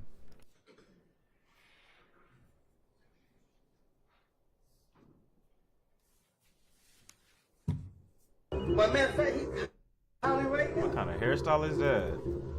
Say, twin, we got that fuck nigga y'all been looking for. Where y'all at? Where you at? We at the spot. Man, keep that nigga right there. We on the way. Right. Nah, I'm glad. Why are we bringing this in? Still, I ain't gonna lie, I don't like this because if the prosecution, if the state was to do this, I'd be pissed off. I don't like this. All right. Yeah, we have 500 keys. They on the way now, bro. And if you can go back, Mr. Kokomo, just for the jurors, Mr. Copeland, I'd just like to explain some things. The person right there in the black, in the black shirt with the red-looking bow tie and the red vest on the cell phone, you see that person? Can you tell the jurors who that is? Threat. And I heard you, but your hands are over your mouth. Do you mind just I telling said that threat. Okay. And then if you go back a little bit, Mr. Kokomo, and Mr. Kokomo, what time is that we just announced? 53:58, Your Honor, is what we were just talking about. And if you just go back a little bit more. Not y'all flirting with somebody that's no longer Go back just a here. little bit more. Right up. Go just ahead right there. And Mr. Copeland at 4094. Is it fair to say that's you? Yeah. Okay. I'd like to go to 5602. That's wrong. 3 minutes, 56 seconds, 02 to the end.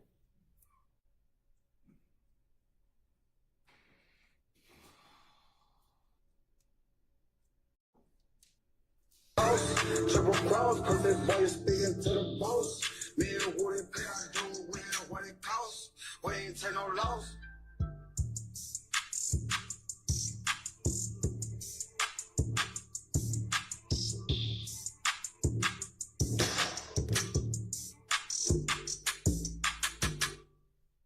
Homicide, we're gonna. Mr. Copeland, do you remember telling District Attorney Hilton before June 7, 2024, that's the first time the jurors ever saw you come into the courtroom? Judge Glanville was the judge at that time, and you invoked the Fifth Amendment. That's the day I'm talking about, so before that day, okay? Am I losing you? Because I'm not trying to. I lost you? Yeah. Okay. We're finished with the exhibit. Can you take it down? Yeah. Before, I'm sorry. You finished with it? For now, I'm going to go Okay. back to before. Yo, Hilton pissing me off. Now they didn't do nothing. Nah, man, the deep man, Hilton, man, he finna make me find. Yeah, my sister find you, sis. First time the jurors saw you testify on a Friday, June 7, 2024. Before that, do you remember telling District Attorney Hilton that you made a video admitting to killing Donovan Thomas? Do you remember saying that? Huh? Do you remember saying on social media or otherwise that you made a video or a statement that you admitted to killing Donovan Thomas? Do you remember saying that? Objection, mischaracterization of evidence. Not even mischaracterization. I don't know how to rule on that. Okay. I mean, I don't have anything in front of me. That's fine. Let me get the. Can I have 1 second? Yeah, it's not an evidentiary objection. Not y'all saying Woody can get it too. Y'all funny to me.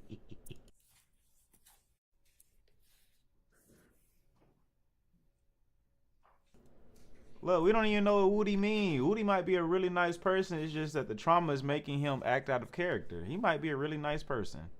He really seemed like he is a cool person. It's just stress. Question.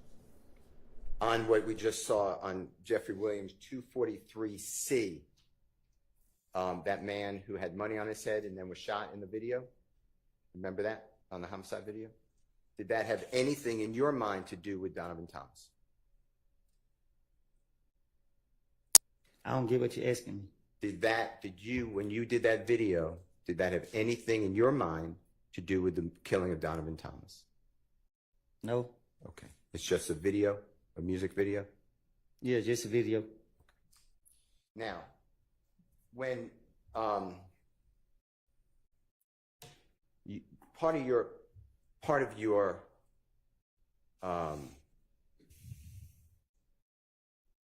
what you try to give out to the public is that you are a real gangster. Is that true? Huh? Do you remember giving an interview on the porch interview? Do you remember that? Off the porch? Off the porch, yes, sir.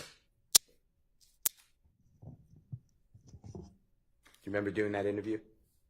I remember doing it, but I don't remember what I said. Okay. Do you remember saying that you are a real gangster, but other people are just musicians? They just play gangsters. Do you remember saying something like that? You got to show me. All right. Mr. Kokomo, this is Your Honor, Jeffrey Williams 246. It's April 29, 2020, off the porch interview with Mr. Copeland. And the relevant times are going to be 5 minutes, 4 seconds, 5 minutes, 12 seconds, 8 minutes, 59 seconds to 9 minutes, 7 seconds.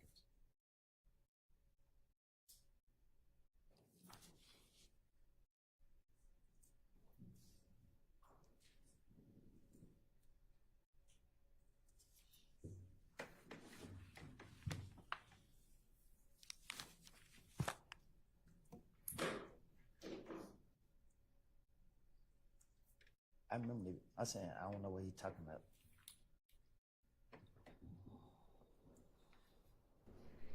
Yeah, Hilton pissing me off. Just her whole body language is making me mad. Like she low key making me HATE her to the core. Like, lady, why do you exist? What is your purpose in life? Sorry, Mr. Copeland. What are you doing? Do you remember here? that video?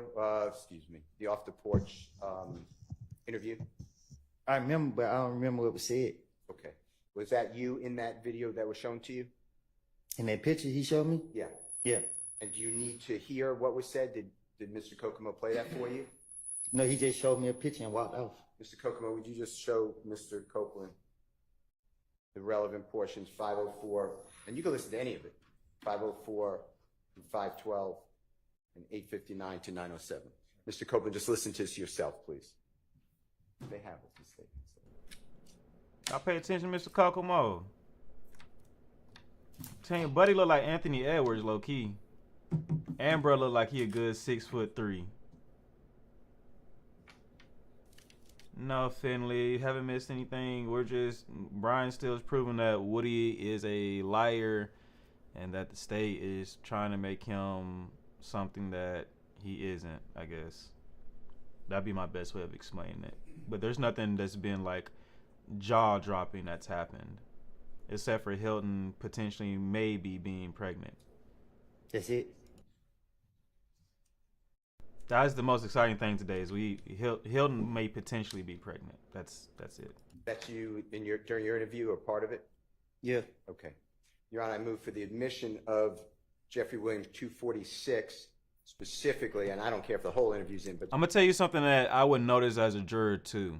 My witness was hostile for the state and it was their actual witness. So why don't you like the state? There could be a couple of reasons and factors into that.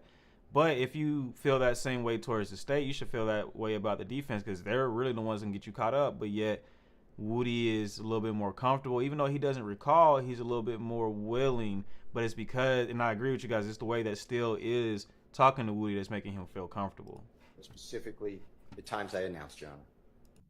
Your Honor, we're objecting based on improper character, and we can approach for some other matters, Your Honor. All right. Instead of approaching, because I haven't seen this before, so I'm gonna need to see it as well. I'm gonna excuse y'all to the jury room. Any of you can I step out too. find out. Yes, for now, but stay Be right there. close. And I may end up just sending you to lunch, but not yet. If I'm gonna do that, I'll send word. Okay, so just step to the jury room for now.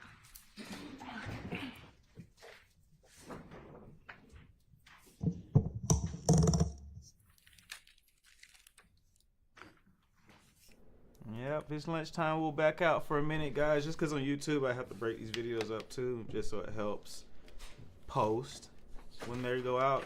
So I can get people that haven't watched the first part of the day, they can actually watch it and it'll ingest into the system. And then I'll restart it up. So if we end up going on lunch, I'll come back on probably like 15, 20 minutes before we're supposed to be back on. Hope that's fine with everybody. I know we do it a little bit different on TikTok when TikTok gets back up, or TT. I feel like TT sounds even worse. When we get back on there, then, you know, I'll handle it a little bit different. But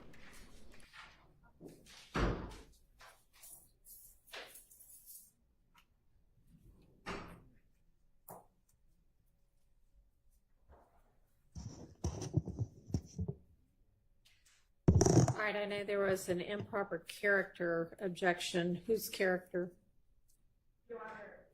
At this point, it seems like Mr. Steele is one implying for the witness about him being a gangster, it sounds like he's going down the line of a some other dude did it defense, especially speaking about threat and the homicide video, and then this video, this on the porch video of Mr. Copeland speaking about being a gangster. We think that this is more prejudicial than probative, substantially more prejudicial than probative. And so those are the basis for our protections. And so whose character are you alleging it's improperly impugning? Mr. Copeland.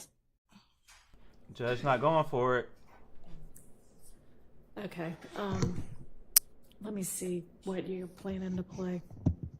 She's not going for it. Now Whitaker, I give her credit. She's been, to me, it's been even now. She's let the state get away with some things, but now she's letting the defense cook. We're gonna see.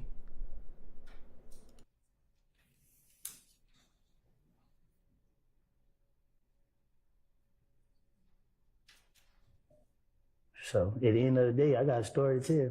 Yeah. You want to listen to it? Or you gonna keep listening to these niggas that ain't did nothing gangster, nothing tougher than they life? So.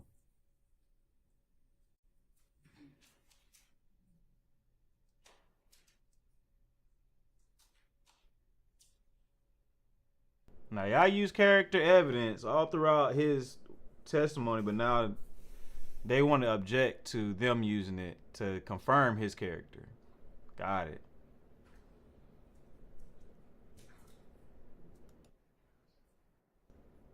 Right, Sabrina. That boy Kokomo look just like AE. I hear so many people like it, just build my confidence. I mean, because I had a pride thing, like, I don't want to be labeled as nothing but a gangster. So you look at me anything other than that, you got a problem. I'm going to slap the shit out of you. But. Oh, God. Whenever. I ain't a gangster and I'll do that. Thank you, Kay. Thank you, Kay. Thank you. Very But yeah, short, Your Honor. I ain't a gangster.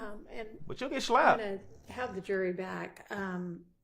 Ms. Pressfield, apparently one of the jurors, she was not hospitalized, but she had to visit the hospital last night. And she has indicated through an email that she may need an early break today. Her doctor's excuse had cleared her for going back to work as of tomorrow, but she didn't want to throw us all off in the morning, so she came today. But we may have to break early, and Ms. Percefield's just kind of finding out a little bit more detail. So I'm going to let her come back and let me know what's going on, and then we'll determine kind of where to go from here. So we'll just kind of recess in place. No.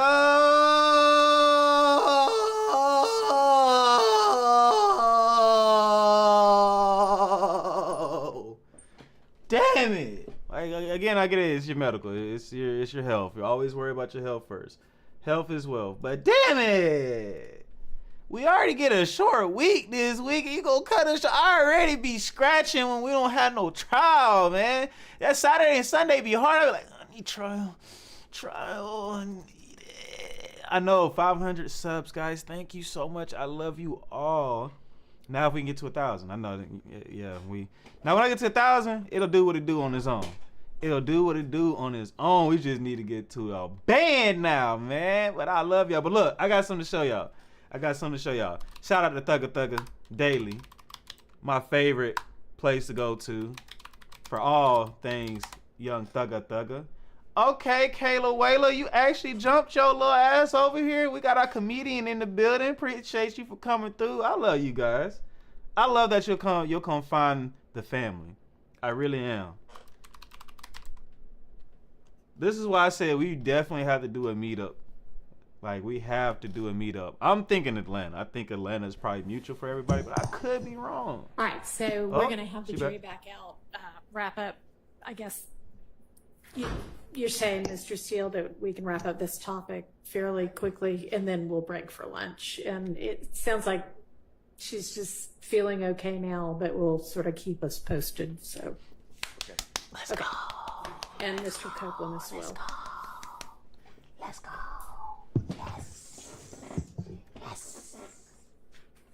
I think this only right to go to Atlanta. Like that's what I'm thinking. If anybody has any better suggestions, then we can figure out something. But Atlanta just sounds like the place for us all to go. Is to be at or a black city. We can go eat at some black restaurant, get some black food, maybe even have a cookout.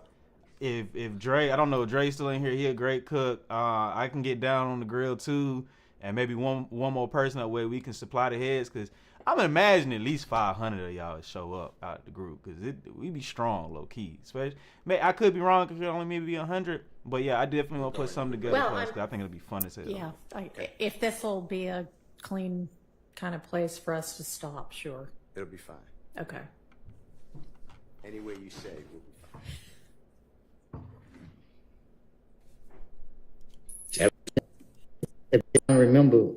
I can't remember. Sorry, I'm looking for. There was a video that he posted. Geek, I can get down on the grill now. Okay, Geek, if you can get down, go ahead and cook, my boy. You in Charlotte? Charlotte closed. I'm a chef. I'll help cook. Look, Jennifer, hey, cook them sides up for us or whatever else you could throw down. If you know how to cook some oxtails for it too. Oh, I love you right there, because I can't grill oxtails yet. I'm probably going to learn this weekend, on Labor Day weekend. You know, just spending $40 on some oxtails to screw them up don't sound like the most fun thing. Who making a potato salad? Hey, bring the potato salad, man. Look. Yeah, because I'm in Atlanta. And I'm gonna pull up. Look, find us a good venue or park. We might need to find a venue, because I don't know if I want to be outside. Now. Outside be hot in Atlanta still, and I don't like the cold either. So doing it in the wintertime. So we might need to find a good venue. You can find a good venue, and then once I can get some pre-orders, we'll do like some pre-orders. Pre-orders not saying you got to pay to come. We're just doing pre-orders to see like who's coming, or maybe it shouldn't be called pre-orders. RSVP. There we go. We'll set up something to where everybody can RSVP and then figure it out. Mechanicsville Park, man, can't look fuck out of here. I ain't going to Mechanicsville. One thing about me, and I don't know why black people do like doing this, when we go to another city, we go visit the damn hoods like it's a zoo or some shit. Like I remember we had to go do a shoot, and I decided to go with my friends or whatever, and we got to Memphis, and these Negroes wanted to go everywhere in Memphis that was the hood. I'm like, bro, let me out the car, because y'all already went into a dead end. All these Negroes looking at us like we trying to rob them or spin it. Like, nah, bruh. Nah, they like, oh, you being scary. Damn show is scary is safe. I am not in my environment. I do no. Because I remember when I was young and dumb, if somebody that we knew wasn't in our area, we would chase them down. Legit. And that's why I say I wish Dre was in here, because he'd be able to confirm to y'all that I'm not lying. Like, we literally be sitting on my grandma's porch. We see somebody that we know not supposed to be over here. All right, what you doing over here? On your ass, boy, come here. For no reason, because it was used to be fun just to beat somebody up. Don't ask me why. Do not ask me why. I see him. I'm waiting for him to come up, guys. I got him up. I promise. I guess Thugger Daily deleted the video because it's no longer on his page, guys. It was literally just on his page. Hold on. Let me go back to Twitter. He had a video, like, Miss Love was grabbing Miss Hilton and, like, shaking her, like. Oh, okay. I'm not looking in the right spot. Here we go. Thanks. Y'all see this? All right, we'll take however long it takes the jury to get back, 10-ish minutes. Thanks. It's that arm grab for me, guys. It's the arm grab for me. You do not touch me. Oh, this is the first time I feel bad for Hilton. Because do not touch me. Do not grab me. I do not care who you are. Do not touch me. Do not. Yeah, I didn't catch this part the first time. I'm glad Thugger Daily got it, because boy, Miss Hilton would have got a backhand. I'm sorry. What, Ashley? Touching me? Mr. Steele, just, stop wherever you want. I mean, if you've got 15 It's like, what did she minutes even or do to 21 deserve minutes that? or Like, that's whatever uncalled for. Before the next natural break, that's fine. Okay. All right, thank you very much. Go ahead, Mr. Steele. Your Honor, with the court's permission, I'd like to publish to the jury Jeffrey Williams of JW 246, specifically the time frame 5:04 through 5:12. And Mr. Copeland, if you could listen to it, and I just want to ask you some questions, okay? All right. You might need your earplugs if you want to use them.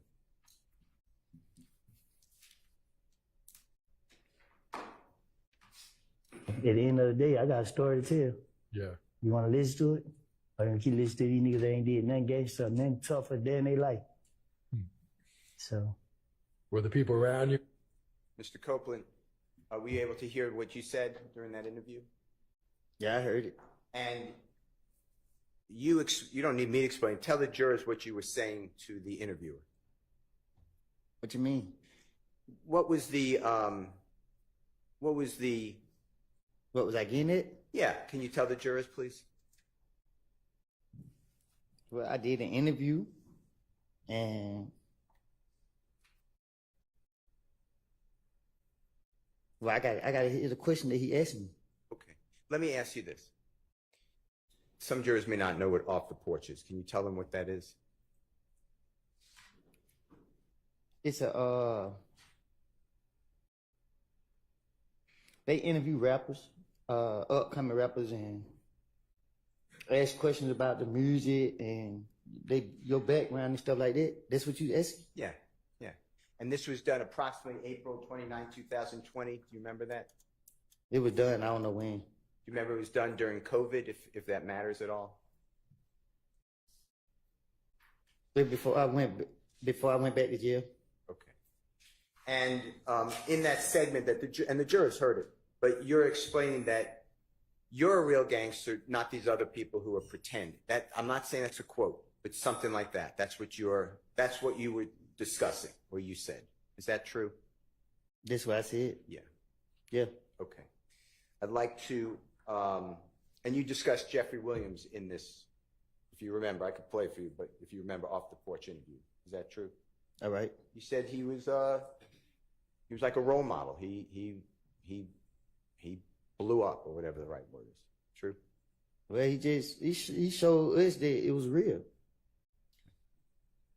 I'd like to show you, or play for you, if you don't mind. You might need your earpiece again. This is 8:59 to 9:07. I'm going to ask you the same type of questions. Just what did you say? What did you mean? I'm going to ask you the same type of questions. What did you say and what did you mean? All right. Same thing. Because I had a pride thing. Like, I don't want to be labeled as nothing but a gangster. So you look at me anything other than that, you got a problem. I'm going to slap the shit out of you. But whenever I... Did you hear that? You hear what you said?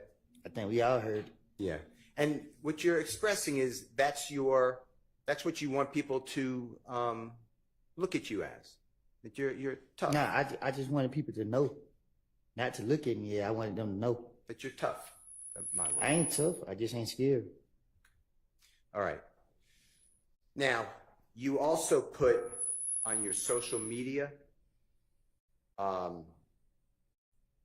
think the state showed it to you, but let me get the exhibit number.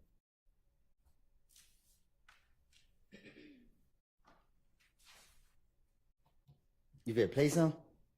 Well, let me show you something before. Is that okay? Just give me one second. second. I was just trying to see. I didn't hear you. Let's go back to that interview for just 1 second. Do you remember at the first part of the interview saying that these other people are not real gangsters? That's what you said, right? I think I asked it actually. So no, that's what I said. Okay. All right.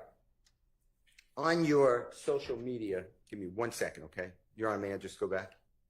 Yeah.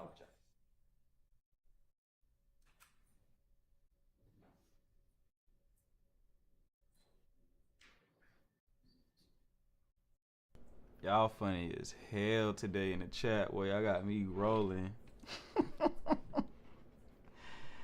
Oh, boy. Look, I don't think you got to be gangster to want to slap the hell out of somebody. Miss Love was supposed to get slapped today.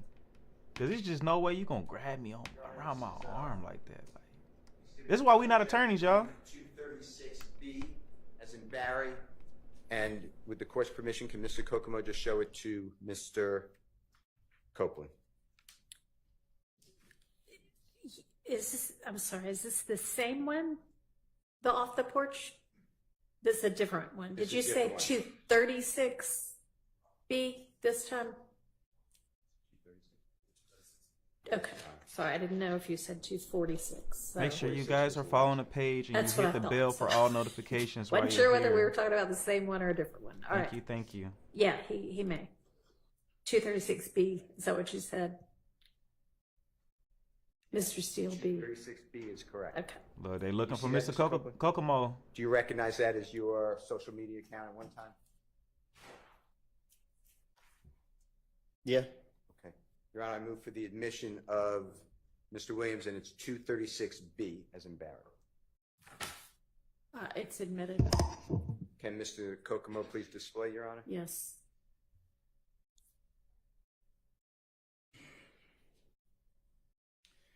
Mr. Kokomo, Mr.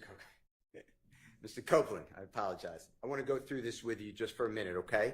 Mm-hmm. And when I say Look, Detective Copeland, now you can call Kokomo, bro. I'm like, I'm over this shit. I want to go home. this, I'm talking about J.W. Jeffrey Williams Exhibit 236B as in Barry. That's a picture of you on the left-hand side. Do you remember where you were in that picture? In the back of a Rolls Royce. And do you remember whose Rolls Royce that would be? It was a rental. One more time. A renter. Okay, do you know who rented it? No. Okay. And then it says 725 underscore WODY, and then it has Georgia Most Wanted with 2 emoji green snakes. You see that? Mm-hmm. And it says that you're an artist, or it says artist, the word artist, right? True? Is that right? Yeah. And then underneath it says, I came from nothing with a period. You see that? Yeah, I see it. And I came from nothing. Do you know that to be a series of Jeffrey's music? What you mean? Do you know whether Jeffrey Williams ever put out music? I came from nothing. Yeah. 1, 2. Okay. And is that where that comes from? And if not, that's fine. I'm just asking you, were you inspired by That's where it came from. Okay. And when it says Georgia's Most Wanted, you're aware that you were deemed by the federal authorities as 12 most dangerous people in Atlanta. Is that true? I was? Yeah. Objection. Speculation. I'm asking you. Well, I mean, it's not speculation, but he's answered that he didn't seem to know. Let me show you. Tell me whether this refreshes your memory. Objection, Your Honor. This is What's the number? Exhibit number? What's the objection? Sabrina got me rolling. Kayla got me rolling. this is nothing that he can authenticate. Sasha got me rolling. Okay, there's an authentication objection. Well, Is let that me- the only objection? Irrelevance. And if we can approach him, we can show you the exhibit. You may. Let's go ahead and send the jury to watch them. And we'll deal with this while y'all go to lunch. She said, yeah, we're not dealing with Let's this. be back at 1:15, please. Did you say 152? 115? 1:15. Oh, 115. 115. Hey, making them work through their lunch break is crazy work. It's straight green mas. So much green mas from this judge. Y'all say y'all want the big money, the big careers. When I tell you there's really no such thing as a lunch break when you really are a professional. You might get a lunch break, but it's not a guarantee. You're no longer entitled to it. There's the word. You're no longer entitled to a lunch break when you start getting up there with the big boys. Unfortunately. You get what's called a working lunch. Which means you eat while you keep working. This is why unions exist. Even though I'm not a fan of unions, but that's why they exist. Right, Sabrina. When you climb that career chain, you start realizing the things you got like a 15, a 30, or hour lunch, that shit Okay. doesn't exist. Is your intent to show that entire thing with the You're right, Sabrina. whatever that heading is? Sabrina Stark. Your Honor, if Mr. Copeland can recognize it, I was going to admit it into evidence, and it is from, we received in discovery from the state, and it's Operation Phoenix, and it's the authorities announced on October 29th, 2020, charges for the 12 most violent offenders in Operation Phoenix, and I was going to show that to him. All right, and then he has that on his Instagram, or I shouldn't say Instagram. It's a social media account. I think when's that social media post from? That is, it's in his, I'm being told the answer. It's in his biography or bio. Nah, not even salary. I'm not salary. But I don't get breaks. I would never work a job I can't hear that what he's pays a saying, salary. but He's saying it's in the social media biography of Mr. or bio of Mr. Copeland. I don't know the date personally, Your Honor. okay. And how is any of whomever authority this was might have thought in October of 2020 relevant to the issues that we're talking about right now with Mr. Copeland? I believe it's relevant because the state is saying that Jeffrey Williams governs this person. That's their whole theory. Tells them go out. They're using one lyric from one song. Jeffrey Williams, as the court may not know, has thousands of songs that Woody's going to pop you in the noggin. That is the quote. And I want to show that they hardly knew each other. They knew each other for a short period of time. Mr. Copeland did not commit crimes for Jeffrey Williams. Jeffrey Williams encouraged Mr. Copeland to conduct himself lawfully. That was on a jail call that we heard yesterday. In fact, included on that, Jeffrey Williams, through his sisters, saying, get out of the streets, you have a child, you don't have to live that life. And I want to show that Mr. Copeland ignored all of that. And after he has no contact, he has zero contact with Jeffrey Williams, he is still putting on his social media that he is a gangster, or one of Georgia's most wanted. He is by the prosecution. These are federal authorities, by the way. So when I say prosecution, I'm talking about the federal authorities. Deemed him one of the 12 most violent offenders in Georgia in 2020. And he has done a interview with Off the Porch in April 2020, where he's stating that he's a real gangster, the other people are not, and that if you disagree with that, he's going to, straighten you out, basically. So I think that's all important to the jurors, because it will hopefully undress this wrong impression, in my opinion, strongly wrong impression, that the state is putting up, that somehow this man is all around Jeffrey Williams, knows what he says, knows what he's thinking, he overhears him on conversations, and Jeffrey Williams is there when the police keep calling Kenneth Copeland. It just, in my opinion, and hopefully the cross-examination, that just wasn't their relationship. So. Okay, well, most of what you mentioned already has already been put before the jury, and this particular exhibit does not in any way shed any light on whether Mr. Copeland is or is not close with Mr. Williams. And I just do not see the relevance of it, particularly given that he said he didn't know that that's what law enforcement thought of him. Okay. So I'm going to sustain that objection. I understand. Okay. We will move on. Okay, so let's all break for lunch. Can I just give this then it's on the thumb drive, of course, but can I just give this to the court reporter? She definitely denied it. Print, unless you don't want it. No, yeah, that's fine. But I understand it's not in evidence. Correct. In fact, you might not, because it's going to be a lot of, can I write not admitted into evidence on it? Or, That's fine. Okay. Excluded.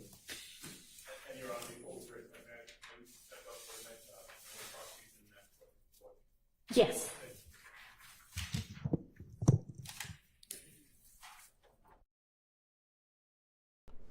All right, family. So, the quick recap, and it's a short recap, to be honest with you all.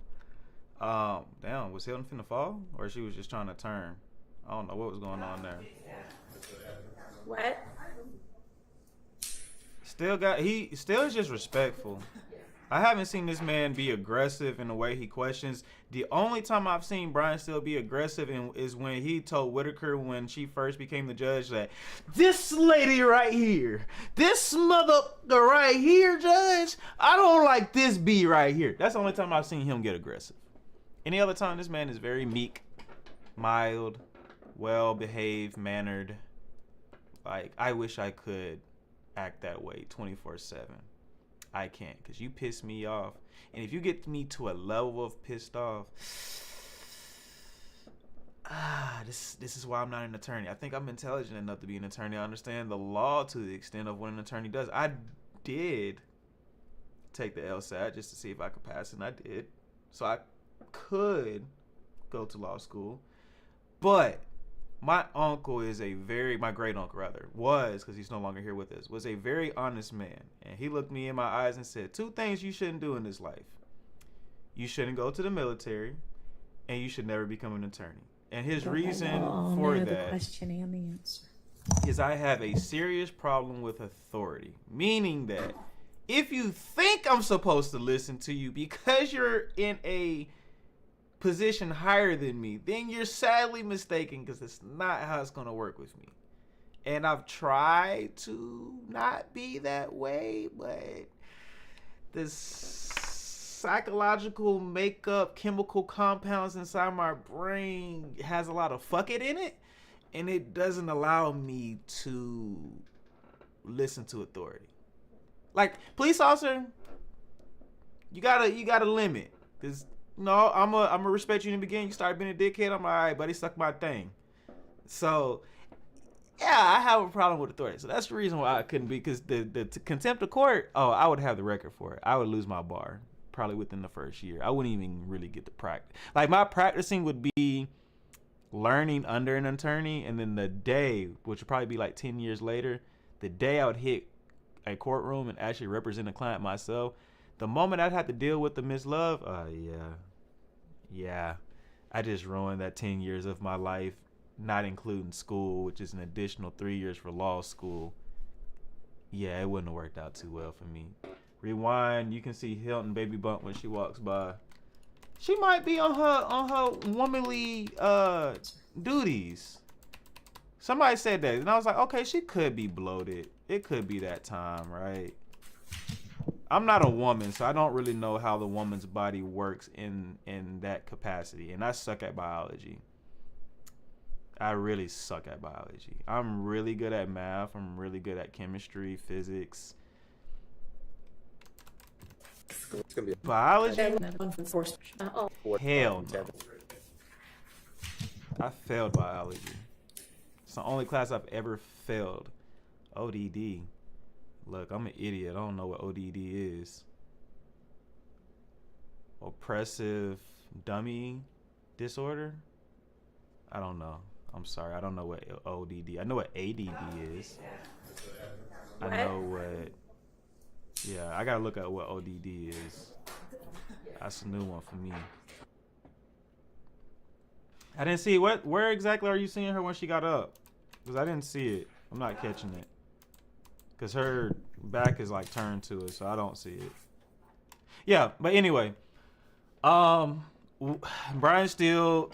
Somebody, I made a video on TT, and someone pointed out something that I agree with. They said Steele isn't asking Woody questions that he doesn't understand. He's doing that on purpose as a strategy, because you ask the question, and then Woody's like, okay, I don't understand, which Steele understands he doesn't understand, which makes sense to me, because that's part of, like, still dumbing down for him. But it gives him the opportunity to be like, my apologies, I did that incorrectly. Let me break it down. So the jurors are able to understand the question, and then they're able to be empathetic towards Steele, who represents Jeffrey.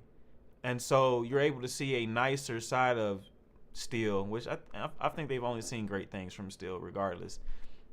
And so you're able to kind of kill two birds with one stone. You're able to make Jeff look good and make Woody comfortable while also being able to present your case in two different ways.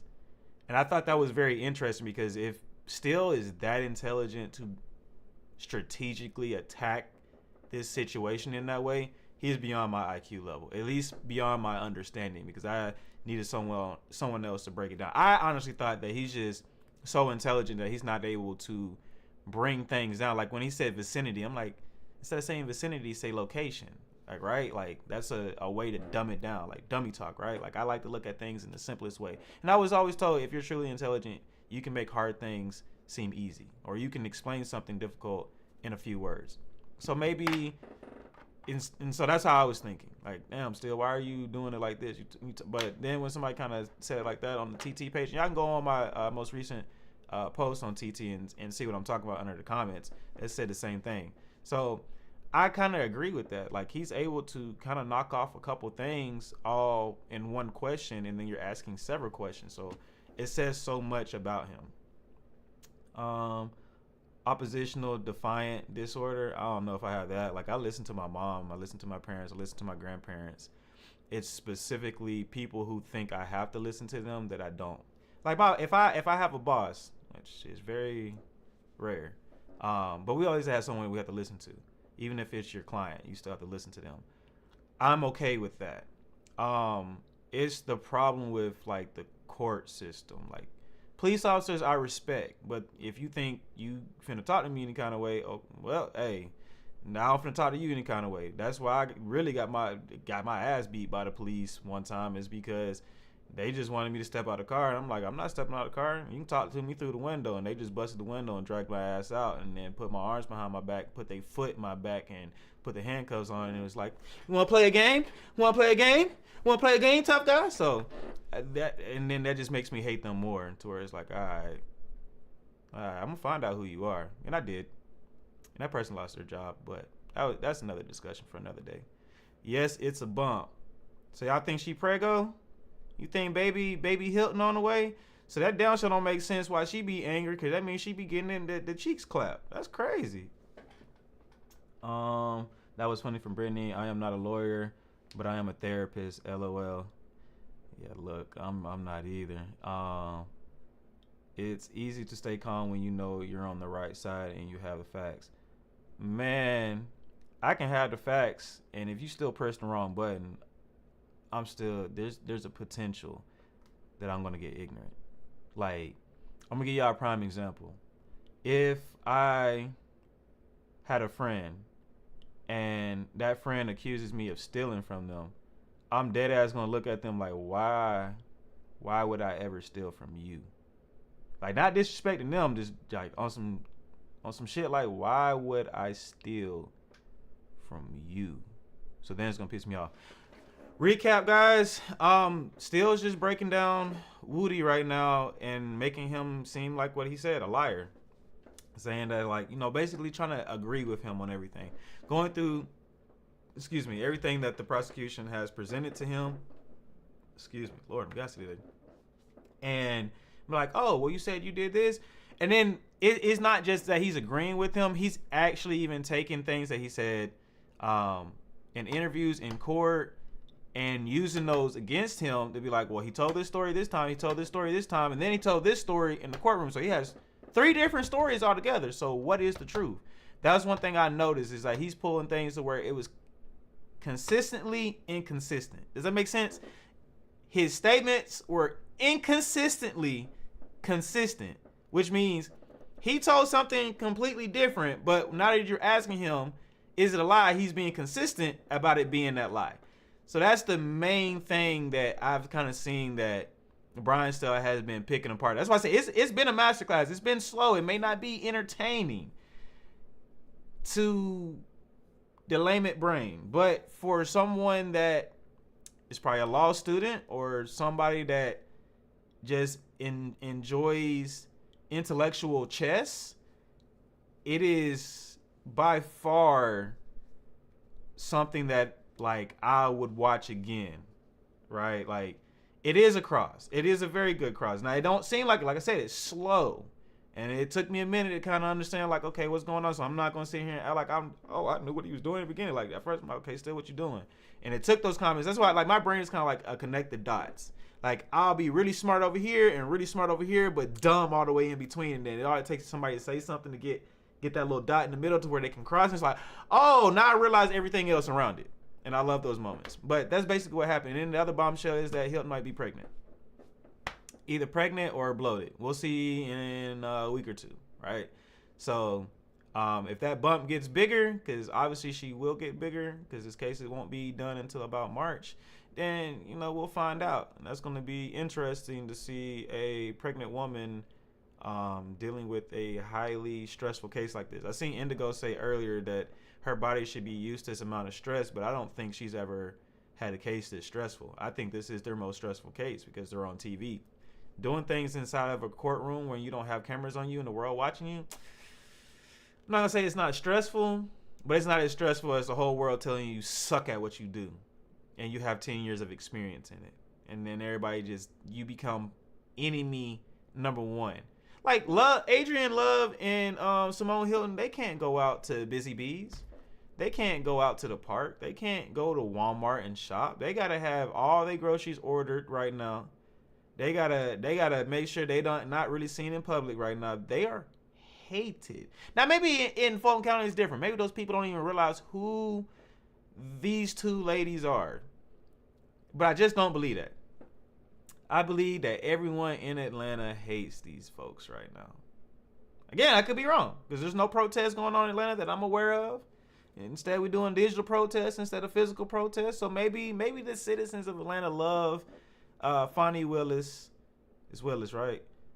I don't know why I keep wanting to say Williams. But everyone in Fulton County might love Fonnie because she won the Democratic primary. And everyone in that county might think that Adrian Love and Simone Hilton are doing the greatest work that God could have them do in Fulton County.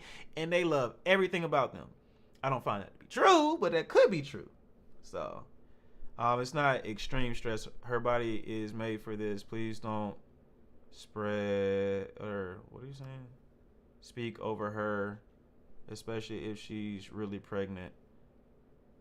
I'm speaking on common sense, Indigo. I'm sorry if you don't like what I have to say about that. I have some choice words for that, but I'm speaking just truly a fact. Like this is a different type of stress. People are hating you because you're on camera and on TV prosecuting their favorite rapper or a black man. They hate you. People naturally are not used to hate. People are used to love or not being paid attention to it at all. And to overnight become hated, I don't care who you are. I don't care how strong you think you are. Your mental health is going to go down the drain immediately. So personally, I am going to speak on that because I can. Because it's psychology. And if I'm wrong by my intelligence of how psychology works, correct me on that, not on the opinion. So that's what I have to say about that. Unfortunately, it is stressful for anybody to be dealing with a national case this big while pregnant. If you think you can handle it, I'd love to see you do it and you still be the same person working at a regular job. It's not the same.